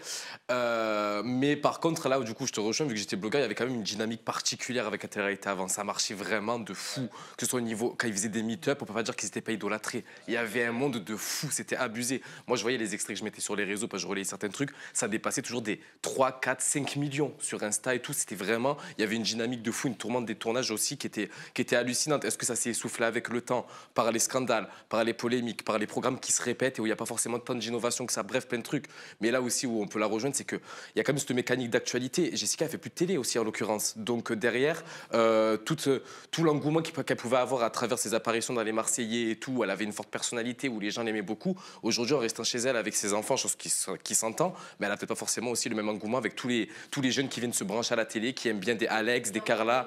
Qui font de la télé, ils sont pas idolâtrés pour autant. Peut-être moins. Parce que ça a perdu Mais son ampleur, et puis il y a d'autres métiers. On parle d'une émission qui arrivés. date depuis quasiment 10-15 ans. Il y a des influenceurs maintenant, il n'y a plus que les gens. 2012. Avant, il n'y avait que les gens de télé-réalité. Maintenant, il y a les influenceurs, les gens de télé-réalité, les gens voilà. de la musique. En fait, ils ont été bouffés par Snap et TikTok. Mais c'est ça, en fait. Clairement. Il y a aussi qu'avec les réseaux sociaux, dans le domaine du divertissement, mais aussi de l'information, un buzz est extrêmement vite remplacé par un autre aujourd'hui. Et du coup, tout est noyé. Tout est noyé. C'est pas forcément qu'il existe d'autres stars, c'est que on parle d'une chose énormément pendant une demi-journée et le soir on a oublié parce qu'il y a un nouveau buzz, il y a quelque chose de nouveau. Et du coup, bah, finalement, il n'y a plus rien qui déchaîne tellement les passions parce que tout le monde est éparpillé, l'attention de tout le monde est complètement disséminée. De toute façon, il y a un exemple qui est criant. Hein. C'était à l'époque, par exemple, un mec comme Nicolas Lozina, quand il venait dans un centre commercial, c'était la star des Marseillais, c'était le Lord, etc. Là, quand il se déguise en peluche là, et qu'il fait une animation, c'est tourné en ridicule. Non, mais tu vois ce que je veux dire, c'est tourné en ridicule. Et du coup, ça prouve clairement que ça a perdu en engouement et que les gens ne sont plus aussi affolés en les voyant. Je vous propose un deuxième extrait vidéo sur ce pop-up. C'est un extrait vidéo d'une interview avec Toto des Anges, qui s'estime être un petit peu une antiquité et qui se compare aux stars des années 80. Regardez, c'est intéressant. il nous a arrivé, en termes de candidats de télé-réalité, ce qui arrive au pur produit des années 80-90, c'est-à-dire qu'on était en bombe, on est devenu ringard, et maintenant on est rétro. Voilà, c'est le marché de Saint-Ouen, c'est les puces de Saint-Ouen, c'est la seconde main. Les candidats de télé-réalité, ce qui sont les nouvelles stars 80, quoi. Auriel. Bah, c'est obsolète. Enfin, les premiers c'est passé, mais c'est pour tout le monde pareil. Je veux dire, même pour nous qui avons commencé là, dans un moment, on sera des gens plus dans l'air du temps. C'est juste que les temps ont changé, les codes de la télé ont changé, ce que les gens attendent de la télé, ça a changé. Donc je pense que les premiers candidats de télé, ça restera de toute manière un truc emblématique. Tu vois ce que je veux dire? Non, mais ils reviennent un peu. Et c'est quoi le secret pour durer? C'est quoi le secret pour durer dans ce cas, pour les anciens candidats de télé-réalité? On a la preuve là, Bastos. Se convertir à une religion, par T'as exemple. commencé. Alors, on n'a peut-être pas entendu Carla. Je disais, tu demandais le secret pour perdurer, je disais peut-être se convertir à une religion. Ça, c'est méchant. Ouais, non, donc tu fais référence à l'interview d'Aurélie Preston et donc tu sous-entends qu'elle utiliserait la religion pour trouver continuer une nouvelle à exister, DA, quelle qu'elle soit, c'est ça. Non, mais on a la preuve là sur ce canapé. Ça fait combien de temps que t'as fait la télé? 12 ans? Quand même pas, abuse Non, mais pas. la Secret Story, c'était quoi, il y a 10 ans? de me vieillir comme ça devant mais tout le non, monde. c'était en 2013. Ouais, 8 ans. Ah oui? Ouais, 8 ans. Toi, tu t'es renouvelé. C'est ça, le secret, c'est ça. Il travaille, en fait. Candidat de télé. Le secret, c'est de se renouveler, de rester dans l'air du temps, soit tu fais autre chose ou... Que de la télé, surtout. Non, mais tu restes actif, en fait. Tu restes actif sur les réseaux, dans les télés, etc. Le travail, en fait, tout simplement. C'est ça. Le travail, ça veut dire que tu sois chanteur, que tu sois acteur, tu peux avoir un coup de chance. Ouais. Mais après, il faut travailler. Faut bosser. Ouais. En fait, le problème, c'est que les anciens candidats, ils n'ont pas les codes d'aujourd'hui. La plupart, ils ne savent pas utiliser TikTok. Enfin, ils sont pas branchés d'actualité. Et puis, ils se contentent de ce qu'ils ont toujours vécu en restant chez eux après, derrière, avec toujours cet engouement. Il faut savoir aussi qu'avant, la création de contenu, ça a beaucoup changé. Avant, c'était juste, je vais faire une publicité pour un blanchiment dentaire, je vais me filmer avec mes enfants au resto et tout. Maintenant, c'est autre chose. Maintenant, je trouve qu'il y a plus de travail dans la création de contenu. Et ces gens-là, ils ne sont peut-être pas à la page. On peut noter qu'il y a quand même que malgré la décroissance totale de leur célébrité, etc., on peut noter qu'ils ont une aptitude à renouveler leur manière de gagner de l'argent facilement en trouvant systématiquement des nouvelles manières et souvent de moins en moins estimables, comme par exemple les live matchs ou se mettre tout nu. Quand même, on peut quand même reconnaître cette force qu'ils ont à, malgré la décroissance de leur célébrité, à continuer à gagner de l'argent. Pourquoi tu ris, Enzo, au discours de Bastos? Parce que ça me fait rire. Parce que Auriel est sur Mime et fait des live matchs? Ah non, je ne fais pas de live match du tout. Mais je suis sur Mime. Oh bah écoute, ça m'arrive de temps à autre. C'est pour ça que tu riais? Ouais, c'était... Non, mais nous, après, c'est juste un petit tremplin pour faire autre chose comme Bastos fait, faire des trucs. Non, mais après, c'est un peu comme quand on pense, tu sais, à une déco dans un appartement. Quand tu refais un appart, si tu mets des choses, si tu fais des peintures à la mode, des tapisseries à la mode, des meubles à la mode, t'es sûr que dans 5 ans, c'est terminé. Si tu vas sur de l'intemporel, ça dure dans le temps. Donc en fait, quand t'estimes être à la mode, quand t'es tendance, et ben forcément un jour tu ne le seras plus. Mais comme il dit, un jour tu pourras devenir rétro si tu conserves. Si tu restes fort face à la ringardise, tu peux un jour devenir rétro. Et franchement, force à lui. Le côté rétro, c'est vrai que, regarde, Cindy Lopez, ça faisait longtemps, elle revient, elle est à la mode. Avec la série culte sur Amazon, on a Loana qui revient et qui revit un petit peu sa seconde jeunesse, comme elle a dit dans ton interview.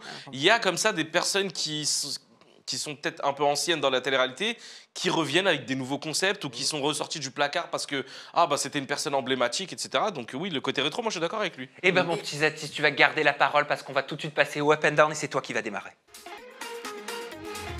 J'étais pas prêt, je suis sorti de ta zone de confort. Tu peux y aller et nous dire ce dont tu vas nous parler. Je peux le faire même sans conducteur.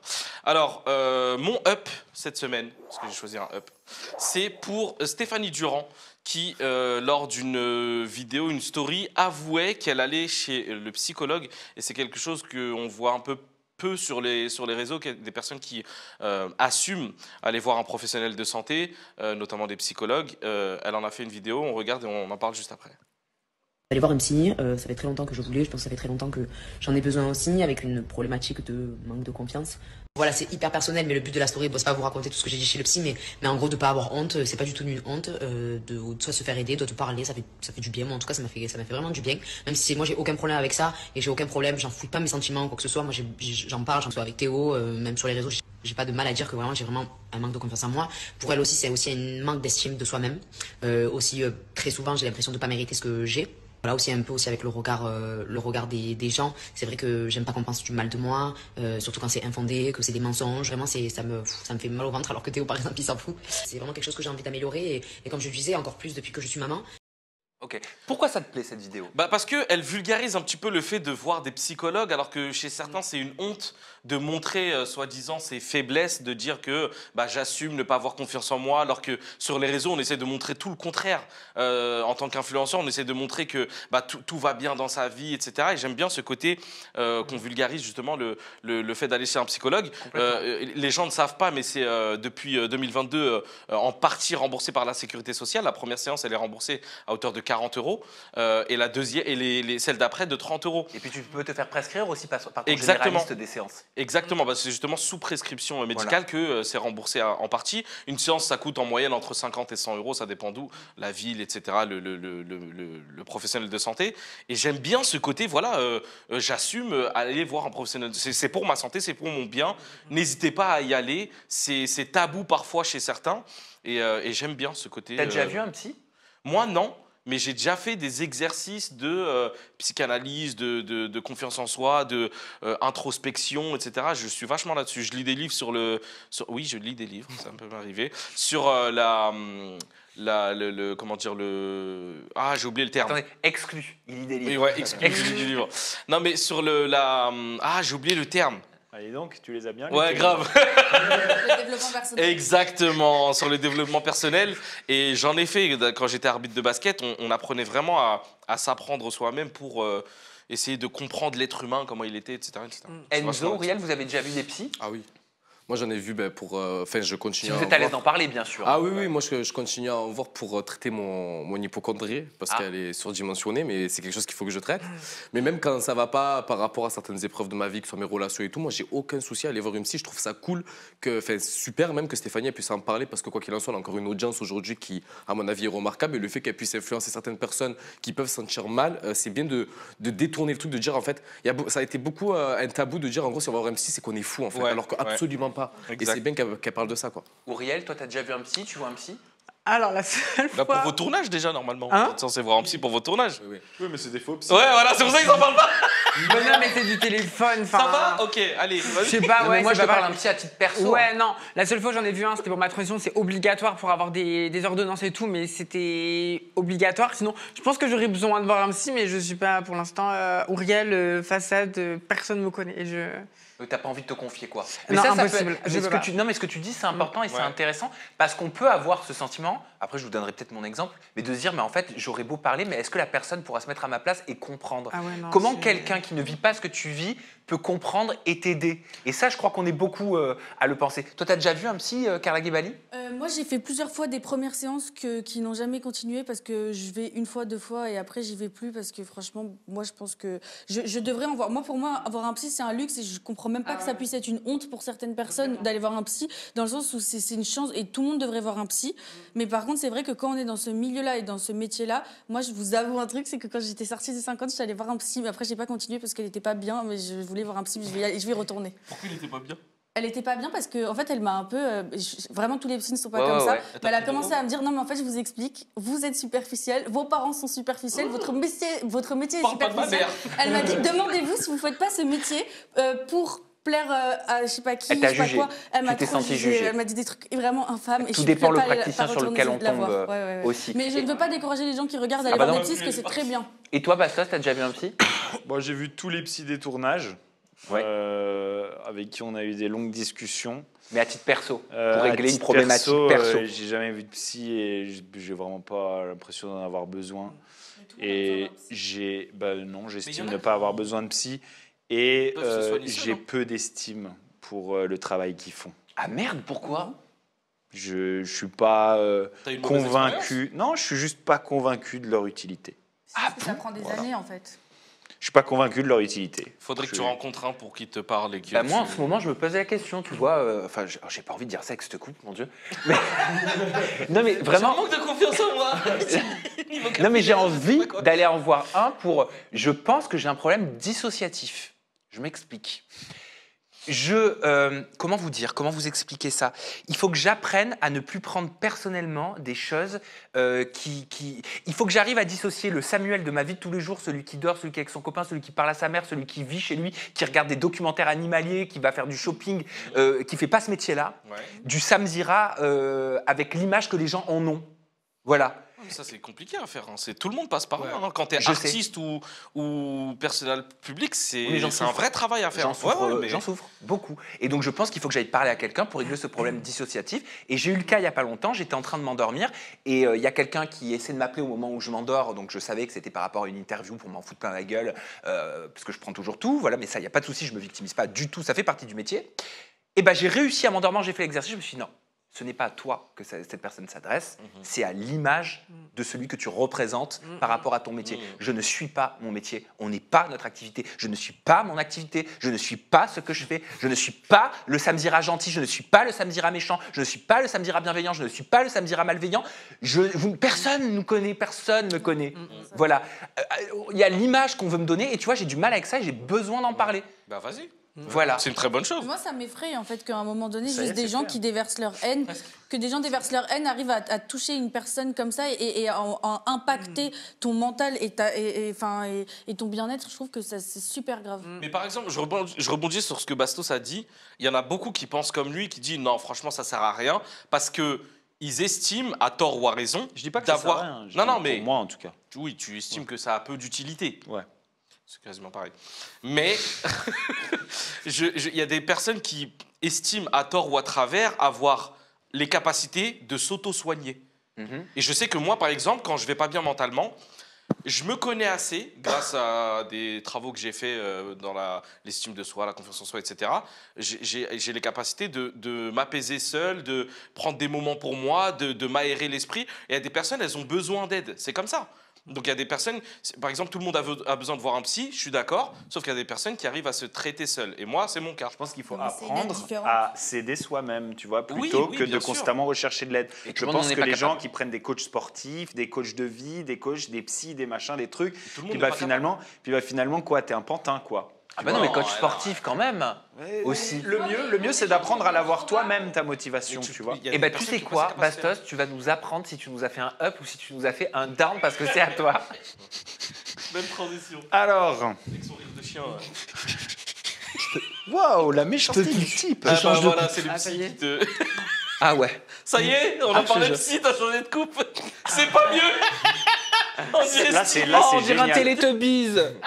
Pardon, c'est à toi. Aniri, quoi. Ça commence à être bien. Là, c'est top. Bah là, c'est toi. Merci. Là, c'est top. Alors, mon up cette semaine, parce que j'ai choisi un up, c'est pour Yamina, qui était invitée ici il y a quelques jours, qui s'est exprimée sur la fellation et le fait que ce soit tabou. Est-ce qu'on regarde sa vidéo? Ah bah oui. Allez, on la regarde. Déjà, moi, c'est vraiment quand moi j'ai envie, sinon je suis pas une meuf qui va aller suivre. Quoi. Ouais, c'est ce que tu as confié dans l'émission. C'est pas un truc. Genre, il y a des filles qui vont préférer suivre que coucher parce qu'au moins, elles n'ont pas donné leur corps en entier et qu'elles ont quand même passé un moment avec le mec et tout. Moi, non. Dans ces cas-là, toi lèche-moi. Genre, moi, je vais pas suivre. Enfin, faut vraiment que j'ai envie, quoi. Faut que je sois motivée. Mais ça te dégoûte? Ouais, ça me dégoûte des fois. Une fois, la dernière fois que j'avais suivi en tournage, j'avais envie de vomir. Il me dégoûtait. Genre, j'étais là, mais je t'aime pas assez, genre. J'ai pas besoin d'être amoureuse ni de sentiments, mais j'ai besoin de savoir que le mec, il me valorise de fou. Et j'ai besoin d'avoir envie de lui donner une prestation. Parce que pour moi, c'est vraiment un truc où moi, je prends pas de plaisir, faut pas mentir. Alors pourquoi c'est ton up? Alors moi, je la trouvais sexy avant qu'elle dise ça, mais maintenant que je sais qu'elle suce pas, franchement, elle m'intéresse pas du tout. Je rigole, bien sûr. Je rigole, bien sûr, mais c'est des commentaires qu'on entend. C'est vrai. Ce que je viens de dire, ça vous choque. C'est des choses qui se disent plus en public et qui se disent plus devant une caméra, etc. Mais ce sont des commentaires qu'on entend. C'est des vrais commentaires. Et justement, c'est très important, comme elle le dit, de retirer cette pression aux femmes de commencer de toute activité sexuelle par la fellation, surtout quand, en plus, il n'y a pas de réciprocité, comme elle le dit. C'est-à-dire que, bien souvent, les femmes se sentent un peu obligées, au début de rapport sexuel, de pratiquer la fellation, peu importe ce qui se passe après. Donc ça, de toute façon, il faut la retirer, cette pression. Mais je pense que plus largement, De toute façon, il faut retirer toute pression. C'est-à-dire que là où elle va, elle dit bon moi j'ai besoin d'aimer, j'ai besoin d'être vraiment attiré, j'ai besoin. C'est pour tout le reste aussi en fait. Finalement, il n'y a aucune pratique sexuelle qui doit être machinalisée, qui doit être voilà, c'est comme ça qu'il faut faire, c'est comme ça qu'on fait, etc. Standardiser. Mais il faut standardiser exactement. Mais il faut que chacun fasse ce qu'il a envie de faire, qu'il y ait une discussion, qu'il y ait un échange, que les choses se fassent dans le consentement. C'est comme ça que l'amour, c'est beau, tout simplement. Le sexe, c'est beau. Et c'est beau si on fait les choses dans le consentement, dans l'appréciation de chacun, qu'on se sent valoriser l'un l'autre, etc. Moi, une fois, j'ai une très très bonne copine à moi, une très bonne amie à moi. On a eu cette discussion, elle est venue me voir, elle me dit mais j'ai un souci. Le problème, c'est qu'à chaque fois que quand je rencontre un mec et tout, ils veulent tout le temps que je fasse des tubes, machin, mais c'est pas mon truc, je n'aime pas ça. Je n'aime pas ça, ça me dégoûte. Vraiment, c'est ce qu'elle m'a dit. Je lui ai dit, mais en fait, si ça te dégoûte, mais tu le fais pas, ou tu l'exprimes. Mais il y a comme si une pression, en gros, t'es pas performante, t'es pas performant si tu n'es pas en capacité de faire ça. Et je le comprends, ton up, justement pour ça. Même dans l'autre sens. C'est-à-dire que, voilà, je suis en date, on se rapproche, et instantanément, bam, bam, ça y va, tu vois. C'est-à-dire ça passe à la fellation. Et en fait, tu as vraiment l'impression que c'est systématique. Voilà, systématique, c'est le schéma, c'est obligatoire. Et moi, parfois, j'ai presque envie de relever la fille et de lui dire attends, il n'y a rien d'obligatoire, etc. Et parfois, tu ne le fais pas parce que, bon, d'une part, tu es content d'avoir une fellation, mais d'autre part, tu sais, tu te dis, mais je vais casser le truc. Est-ce qu'elle a peut-être envie de le faire? Mais souvent, ça m'est arrivé de le faire, oui, ça m'est arrivé de le faire et de dire, attends, tu vois, tu sais que tu n'es pas obligé de faire ça. Hein, on fait les choses, on peut en discuter, on peut faire comme on veut. Les filles, Carla, Auriel, vous êtes à l'aise, vous, de parler de ce sujet-là? Bon, toi, Auriel, je sais. Carla? Ouais, moi, je suis assez d'accord avec Bastos. Il y a un autre truc qui me dérange aussi, c'est que le rapport se finit quand l'homme a fini. Enfin, je trouve qu'il y a un problème avec ça. Enfin, il y a un problème avec la sexualité de manière générale qui est beaucoup trop dictée par l'homme et pas par les envies de la femme. Après, ça dépend des hommes. Aujourd'hui, il y a quand même des hommes qui font attention au plaisir de la femme, mais je suis d'accord avec Bastos. Non, mais tu peux parler en général sans dire qu'il y a quand même des hommes qui... Cette pression dont elle parle, Yamina, cette pression de la choupe, en tant que femme, c'est quelque chose que tu as déjà vécu quand tu rencontres quelqu'un? Non, après, on m'a jamais mis la pression pour faire de la choupe. Mais... Non, mais inconsciente. Non, mais c'est comme une pression sociale. C'est comme une pression sociale où tu la tête des femmes pour devenir maman, en fait. C'est inconscient, tu vois, tout ça. Auriel, tu l'as déjà senti? Mon Dieu, c'était le combat de ma vie. Hein. Ah oui. Hein. Bon, moi, tu le sais, on n'en a déjà pas dans mes interviews. J'ai un rapport à la sexualité très particulier parce que j'ai tout connu dans ma vie. J'ai eu une surconsommation de la sexualité et notamment parce que tu sens quand tu fais un date, limite des fois... Même dormir avec un mec, t'as l'impression que si tu donnes rien au mec, tu sais que genre tu dois payer une facture, que t'es redevable d'un truc, tu vois. Parce que moi, je l'ai senti énormément de fois. Et énormément de fois, j'ai eu des rapports parce qu'il fallait occuper le temps mort. Et tu te rends compte que le mec, il attendait ça, tu vois. Et donc pendant longtemps, j'étais comme ça. Mais c'est important d'en parler. Non, mais vraiment, mais moi, ça m'est arrivé. Vraiment jamais assez de tout ça. C'est toute ma vie. Hein. Des fois, je dormais avec un mec, j'avais juste besoin de dormir avec un mec, d'avoir de l'affection. Et genre, je sentais que le mec était en besoin. Au bout d'un moment, je vais calmer tes besoins, espèce de gros chien. Et comme ça, tu te calmes, tu vois. Oui, presque, t'avais l'impression qu'il allait t'en vouloir, tu lui as fait perdre son temps, quoi. Ah oui, donc du coup, pendant longtemps, j'ai fait ça. Et maintenant, je suis arrivée à l'antipode, c'est que j'ai une sexualité qui est à zéro. C'est que je veux plus donner mon corps à personne pour rien. Genre, sur ces 7 derniers mois, j'ai dû avoir 2 rapports. Genre, je suis devenue braquée, je ne veux plus donner mon corps à personne s'il n'y a pas vraiment une connexion émotionnelle. Puisque je... Exactement. Du coq à l'âne. Voilà, c'est ça, mais d'une autre manière. Et toi, Enzo, est-ce que ce dont elle parle, Yamina, c'est une pression que tu as déjà sentie? On va se parler franchement. Toi, donc tu es dans la communauté gay, comme on dit, même si on n'est pas pour la communauté de l'anneau, etc., machin, les trucs comme ça, on s'en fout. Mais en vrai, la vie, elle est comme ça, quoi. Dans le milieu, est-ce que c'est une pression que tu as déjà ressentie? Qui plus est dans ce milieu, en fait, vraiment, même dans le milieu hétéro, c'est ce qu'elle est en train de dire, Auriel, mais quand tu vas en date, encore plus avec un garçon, etc., tu sais que si tu finis après, c'est systématique, comme je disais avec Bastos, c'est que limite tu dois passer à l'acte, tu dois illustrer une asperge, alors que c'est pas du tout le but. Moi, j'ai vraiment aucun scrupule à dire non. Par rapport à Il faut. Ah ouais. Il faut.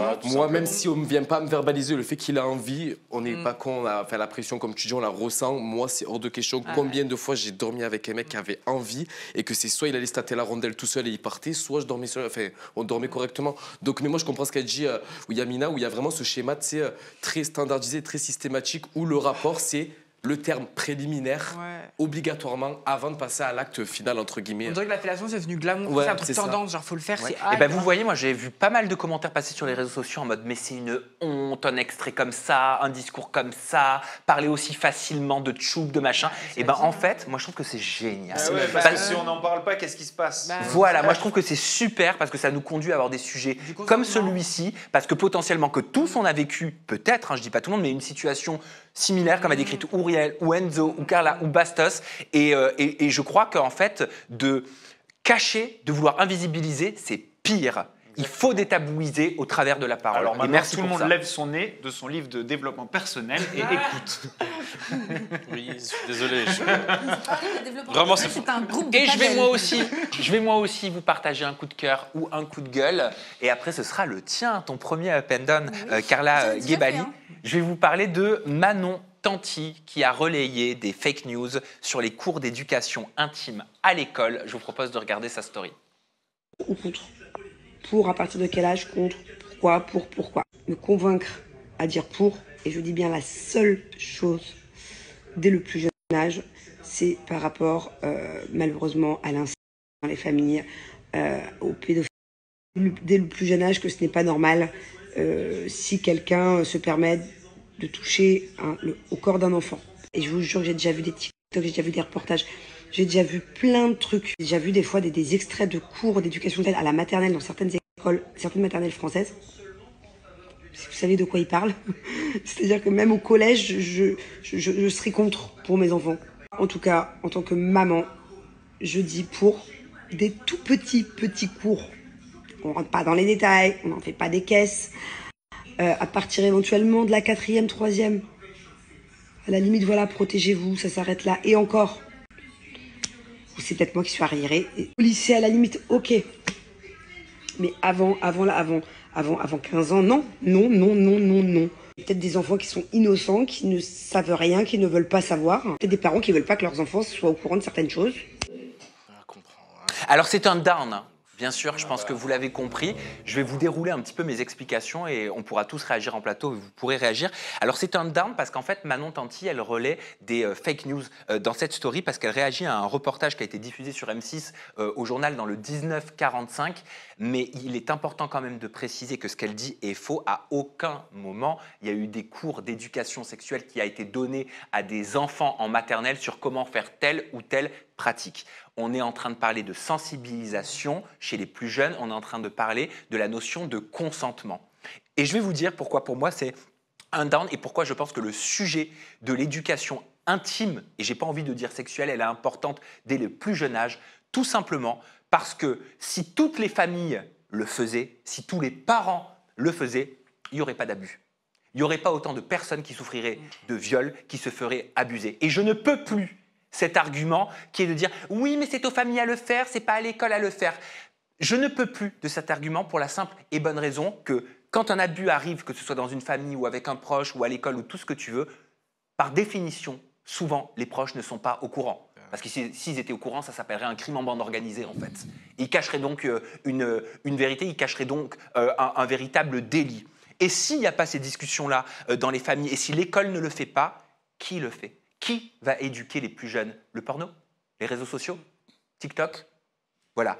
Et il est très important, dès le plus jeune âge, j'en suis convaincu, d'expliquer avec des mots très simples, sans parler de sexualité, qu'une nénette, ça ne se montre pas. Si un garçon demande « montre-moi ta nénette », ça ne se fait pas. Si un garçon dit « touche-moi mon asperge, mon zizi », ça ne se fait pas. Et si les parents ne le font pas, c'est à l'éducation nationale à le faire. Parce qu'après, derrière, je vais pousser mon argumentaire et je vous donne la parole. Je vais pousser le truc très loin. Hein. Un violeur, un pédophile qui fait des choses catastrophiques, terribles, d'accord? S'il est jugé, s'il va en prison, ça coûte de l'argent à l'État, ça coûte de l'argent aux contribuables, ce sont nos impôts. Donc si la famille ne l'éduque pas, c'est à l'éducation nationale à le faire. Point barre, c'est mon avis. Carla Guébali, est-ce que tu souhaites réagir, ma petite poulette? Alors moi, je ne peux pas être plus d'accord avec toi que tout ce que tu viens de dire. Ce qu'elle dit, c'est super grave. Et puis à un moment, il y en a marre de vouloir tout rendre tabou. Pourquoi on ne peut plus jamais parler de rien? Moi, je trouve ça très important de parler de ça à l'école. Et surtout, même là, tu parles de choses vraiment très graves, mais il y a des choses à des plus petites échelles aussi. Par exemple, des filles au collège en 6e où des mecs vont dire « envoie-moi une photo de toi », etc. Il faut apprendre ça aussi, à ne pas être faible face à ça. Je trouve que ça s'apprend dans ces cours-là. Oui, bien sûr. Voilà. Bastos. Tu disais, il y a des gens qui ont cet argument de dire il faut laisser ça aux familles. Mais quand on sait que la plupart des abus sexuels sur des enfants ont lieu au sein même des familles, justement, il est extrêmement important qu'à l'école, on les éduque là-dessus, sur ce qui est faisable et ce qui n'est pas faisable. Auriel, Enzo, comment vous souhaitez réagir? Surtout, je trouve que quand tu es enfant, adolescent, le plus de temps où tu le passes, c'est à l'école, au collège, en lycée, c'est là où tu as le plus de temps. Et c'est là en plus où tu te fais un peu matrixer parce que tu entends les autres parler. Et je pense qu'il y a bien un endroit où il faudrait qu'il y ait un discours éclairci sur le consentement, sur la sexualité, c'est bien au collège, au lycée, etc. Sachant qu'effectivement, dans plein de familles, tous les abus, etc., se font très souvent au sein des familles. Donc, Parce qu'il est important juste de remettre le contexte. Elle réagissait à un documentaire, à un reportage de 1945 d'M6 qui parlait d'une proposition de loi de donner des cours de consentement dès la maternelle, de la sensibilisation au consentement dès la maternelle. Les cours d'éducation sexuelle seraient destinés au collège. Il y a des vidéos qui tournaient sur TikTok d'une maîtresse qui disait « ça c'est mon corps ». Ne touche pas mon corps, etc. Oui. C'était hyper bien fait. C'était hyper bien fait et ça n'a rien à voir avec le fait de les familiariser avec des pratiques sexuelles, etc. C'est ça, elle croit quoi? Qu'ils vont leur donner une banane et qu'ils vont le faire sucer? Il faut lui faire sauter son snap. Non, mais c'est dangereux. J'ai l'impression que parfois, moi j'arrive plus, j'ai du mal vraiment. Je suis dans le bon jugement à chaque fois, mais j'ai l'impression que dès qu'il y a un moyen de faire un buzz ou de parler d'une polémique, ça prend son téléphone et ça essaye de réagir surtout. C'est dangereux des fois de vouloir réagir surtout quand t'as pas et au moins je sais pas, la décence de au moins regarder de quoi tu parles. Je suis sûr elle a même pas vu. Ça se trouve elle a vu une ligne sur Twitter, elle a dit ah bah je vais en parler. Tu vois, prends le temps de regarder de quoi ça parle. Elle dit qu'elle est très renseignée sur le sujet. Pardon. Ouais, alors j'apprécie beaucoup Manon Tanti. Je trouve que c'est quelqu'un qui est correct, qui est poli, mais je vais le dire et c'est vraiment pas elle que je vise directement, mais je vais le dire quand même. T'es à Dubaï, tais-toi. Carla. Ouais, encore plus. Ouais. Voilà. Quand tu fais toute ta vie à l'étranger. Il n'y a pas vraiment de rapport non plus. Si, le rapport, c'est qu'en fait, tu n'es pas dans ce pays, tu l'as quitté ce pays. Non, mais tu as le droit de parler aussi, voir la planète. Tu vois, le monde, dans le monde entier, ça devrait être comme ça. Vois comment ils traitent les personnes qui travaillent à Dubaï déjà. Oui, non, mais ça, je suis d'accord. Regarde comment ils sont traités les employés dans les restaurants, dans les coiffeurs, etc. Moi, par exemple, à mon fils, on lui a parlé. À mon fils, il a 3 ans. Même avant ses 3 ans, dès qu'il a commencé à 1 an, à ce qu'on lui fasse le bain, etc., on lui disait bien. Ça, c'est à toi. Tu sais, on lui faisait des sensibilisations au consentement. Je suis très pudique, tu me connais. Je sais. Si moi, j'arrive à faire de la sensibilisation à mon fils et en parler même sur les réseaux, parce que je le disais aussi sur les réseaux, n'hésitez pas à dire à vos enfants c'est quoi le consentement, etc. Parce qu'à l'école, des fois, il peut se passer des choses qui sont dangereuses, etc.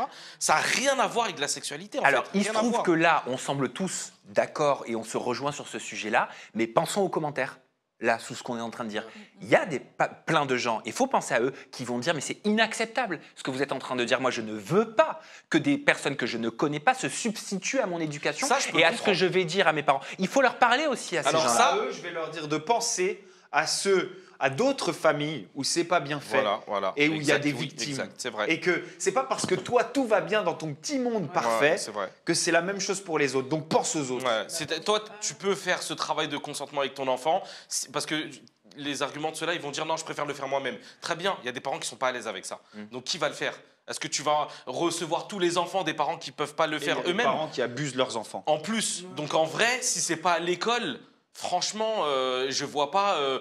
Il faut que ce soit obligatoire. Il faut que ce soit comme tu l'as dit, les enfants ils passent la plupart du temps à l'école, donc c'est là-bas que ça doit se faire. C'est pas un cours d'éducation sexuelle, c'est un cours sur le Ouais, rien à voir. Le Rien à voir. Et puis je pense à ton gosse, s'il lui arrive un truc comme ça, t'aurais été bien content qu'on ait éduqué les autres enfants à Bah l'école oui, pour pas que ça arrive. En fait, une mère de famille, inconcevable qu'une mère de famille avec tout ce qui se passe dans la société aujourd'hui soit à l'encontre qu'on puisse faire des cours de consentement aux enfants. Je pense que des fois il y a juste une mésentente entre consentement et sexualité. Tu vois, c'est pas du tout la même chose. On va tout mélanger de fou. Ouais, non, mais je pense que c'est pas le. Et ben voilà, c'était mon sujet. Content en tout cas qu'il vous ait fait parler et qu'on ait pu en discuter. Carla Guébali, c'est à toi. Tu nous as aussi préparé un up ou un down et tu vas tout de suite nous l'annoncer. Alors, moi, c'est un down. C'est au sujet d'une nouvelle transformation physique qu'on peut voir chez les stars en ce moment à Hollywood. Mais mon down n'est pas là-dessus. Mon down, c'est plutôt sur une vidéo de Mila Jasmine qui a parlé sur le sujet. Je vous laisse voir la vidéo. Lohan, c'est mon goal. I'm obsessed with her. J'envoie à ma meilleure amie, j'envoie à des gens docteurs qui ont des cliniques, qui ont des trucs. Je leur dis, what's her secret? Qu'est-ce qu'elle a fait? Donc déjà, je pense qu'elle a fait ses veneers, elle a changé ses dents, elle a fait le ponytail là, qui vous tire comme ça là, elle a fait le blasto truc pour enlever un peu. Je pense qu'elle a fait tout ce qui est laser là pour retirer toute cette tache de rousseur et tout. Elle a une peau incroyable, un petit peu le botox aussi pour figer tout ça. Je pense qu'elle a une meilleure hygiène de vie aussi, parce que franchement avant elle faisait vachement meuf de la night, vous voyez, genre meuf moins chère et tout. Et là son glow up est incroyable. Pourquoi c'est ton down, cette story de Mila Jasmine et moi, je t'expliquerai après, mais je suis obsédé par la métamorphose aussi de Lindsay Lohan, Christina Aguilera ou encore de Mimoura. Mais je te laisse d'abord nous expliquer. D'accord. Alors, pour moi, c'est un down parce que ce qu'elle fait, c'est encore une fois de banaliser la chirurgie. Elle, c'est un modèle pour plein de jeunes filles. Elle est très jolie, mais c'est vrai qu'elle aussi, elle est passée sous le bistouri, à mon avis, plusieurs fois. Elle fait évidemment ce qu'elle veut. Mais encore une fois, faire la promotion de la chirurgie auprès des jeunes filles, je trouve que déjà, c'est dangereux. En plus de ça, elle parle d'un truc dont les gens, et même ici en France, on ne peut pas forcément avoir accès parce que les chirurgies dont elle parle, ça doit coûter des centaines de milliers d'euros. Évidemment, là, si on veut faire ça, enfin, on peut pas. Ensuite, il y a un truc qui m'a fait tilter, c'est qu'elle dit, avant Lindsay Lohan, elle avait l'air d'être une meuf moins chère de boîte de nuit. Donc la chirurgie, c'est un signe de richesse en fait pour elle, j'ai l'impression. Oui, bon là, j'avoue la phrase, elle est pas. Ouais, elle fait moins cheap maintenant. C'est très très bizarre. Moi, en fait, j'en ai marre qu'actuellement, aujourd'hui, être belle, c'est ressembler à tout le monde. Moi, dans mes commentaires de mes vidéos, on me dit tout le temps refais ton nez, refais ton nez. Ah, t'as cette pression? Bah, enfin, moi, j'ai pas envie de le refaire, mais enfin, j'en ai marre qu'une fille belle, ce soit une fille qui ressemble à tout le monde. Oui, non, mais t'as raison. Auriel, mais toi, je t'ai vu aussi obsédée comme Mila Jasmine par la transformation de Lindsay Lohan, de Christina Aguilera, de Mimour. Si vous voulez, on va commencer par Christina Aguilera. Je sais qu'on a des petites images off, parce que c'est vrai que c'est le sujet du moment. Wow. Christina Aguilera paraît plus jeune que dans les années 2000, quand elle nous faisait ses... I don't need weather. J'adorais. Bah oui, j'ai acheté tous les albums. Non mais Christina Aguilera, c'est un truc de fou. Elle a 43, 44 ans. Il y a aussi Lindsay Lohan. On va le voir. Lindsay Lohan en vidéo. Ce qui est considéré comme un glow-up est juste incroyable, même en vidéo. Elle paraît plus jeune que presque dans Lolita malgré moi. Ah ouais, non, mais moi je suis fan. Alors, moi, mon rapport avec le corps, c'est pas un rapport que les gens doivent avoir, parce que moi j'ai un rapport très particulier avec le corps. J'ai beaucoup de dysmorphie, de dysphorie, et je m'arrêterai jamais d'être dans cette quête éternelle de beauté, malheureusement. C'est un gros problème, je sais que je pourrai jamais m'en sortir. Mais je comprends qu'on puisse être obsédé. Par contre, c'est pas, faut pas en faire la propagande, tu vois. Même moi qui fais beaucoup de chirurgie, à chaque fois que je parle de chirurgie, je le dis tout le temps sur mes réseaux, genre ne le faites pas, il peut y avoir des dérangés, des risques, des machins. Genre tu peux parler du fait que tu sois obsédé, que tu trouves ça dingue, sans forcément inciter les gens à le faire. Ah bah là, c'est juste là-dessus complètement. où il y a le truc. Mais moi, effectivement, avec ma conception et ma perception de moi-même, c'est des choses qui peuvent effectivement... Et des Mimour, je sais pas si on a les images, mais tout le monde se souvient, sauf les plus jeunes, de Mimour dans Ghost. Elle a la même tête des Mimour aujourd'hui. En vidéo, elle a près de 65 ans, je crois. Mais c'est juste incroyable. Dans quelques instants, on va se connecter avec une chirurgienne esthétique qui s'appelle Dr Bergel, qui va nous donner justement les secrets des stars. Mais c'est vrai que c'est le sujet du moment. Et on en parlait avec Adixia en interview, d'elle-même. Hein. Même Adixia m'en a parlé. Regardez. Mais t'as vu Christina Aguilera, Lindsay Lohan, mais choquant quoi. Non mais par contre, on va pas rigoler, mais c'est quoi leur secret? Mais quoi alors moi, en ce moment, j'ai mon triptyque. Demi Moore, Christina Aguilera, Lindsay Lohan font plus jeune qu'à 25 ans. Exactement. Mais même Avril Lavigne, elle n'a pas changé. Peut-être elle n'a pas fait de chirurgie, mais elle n'a pas changé du tout.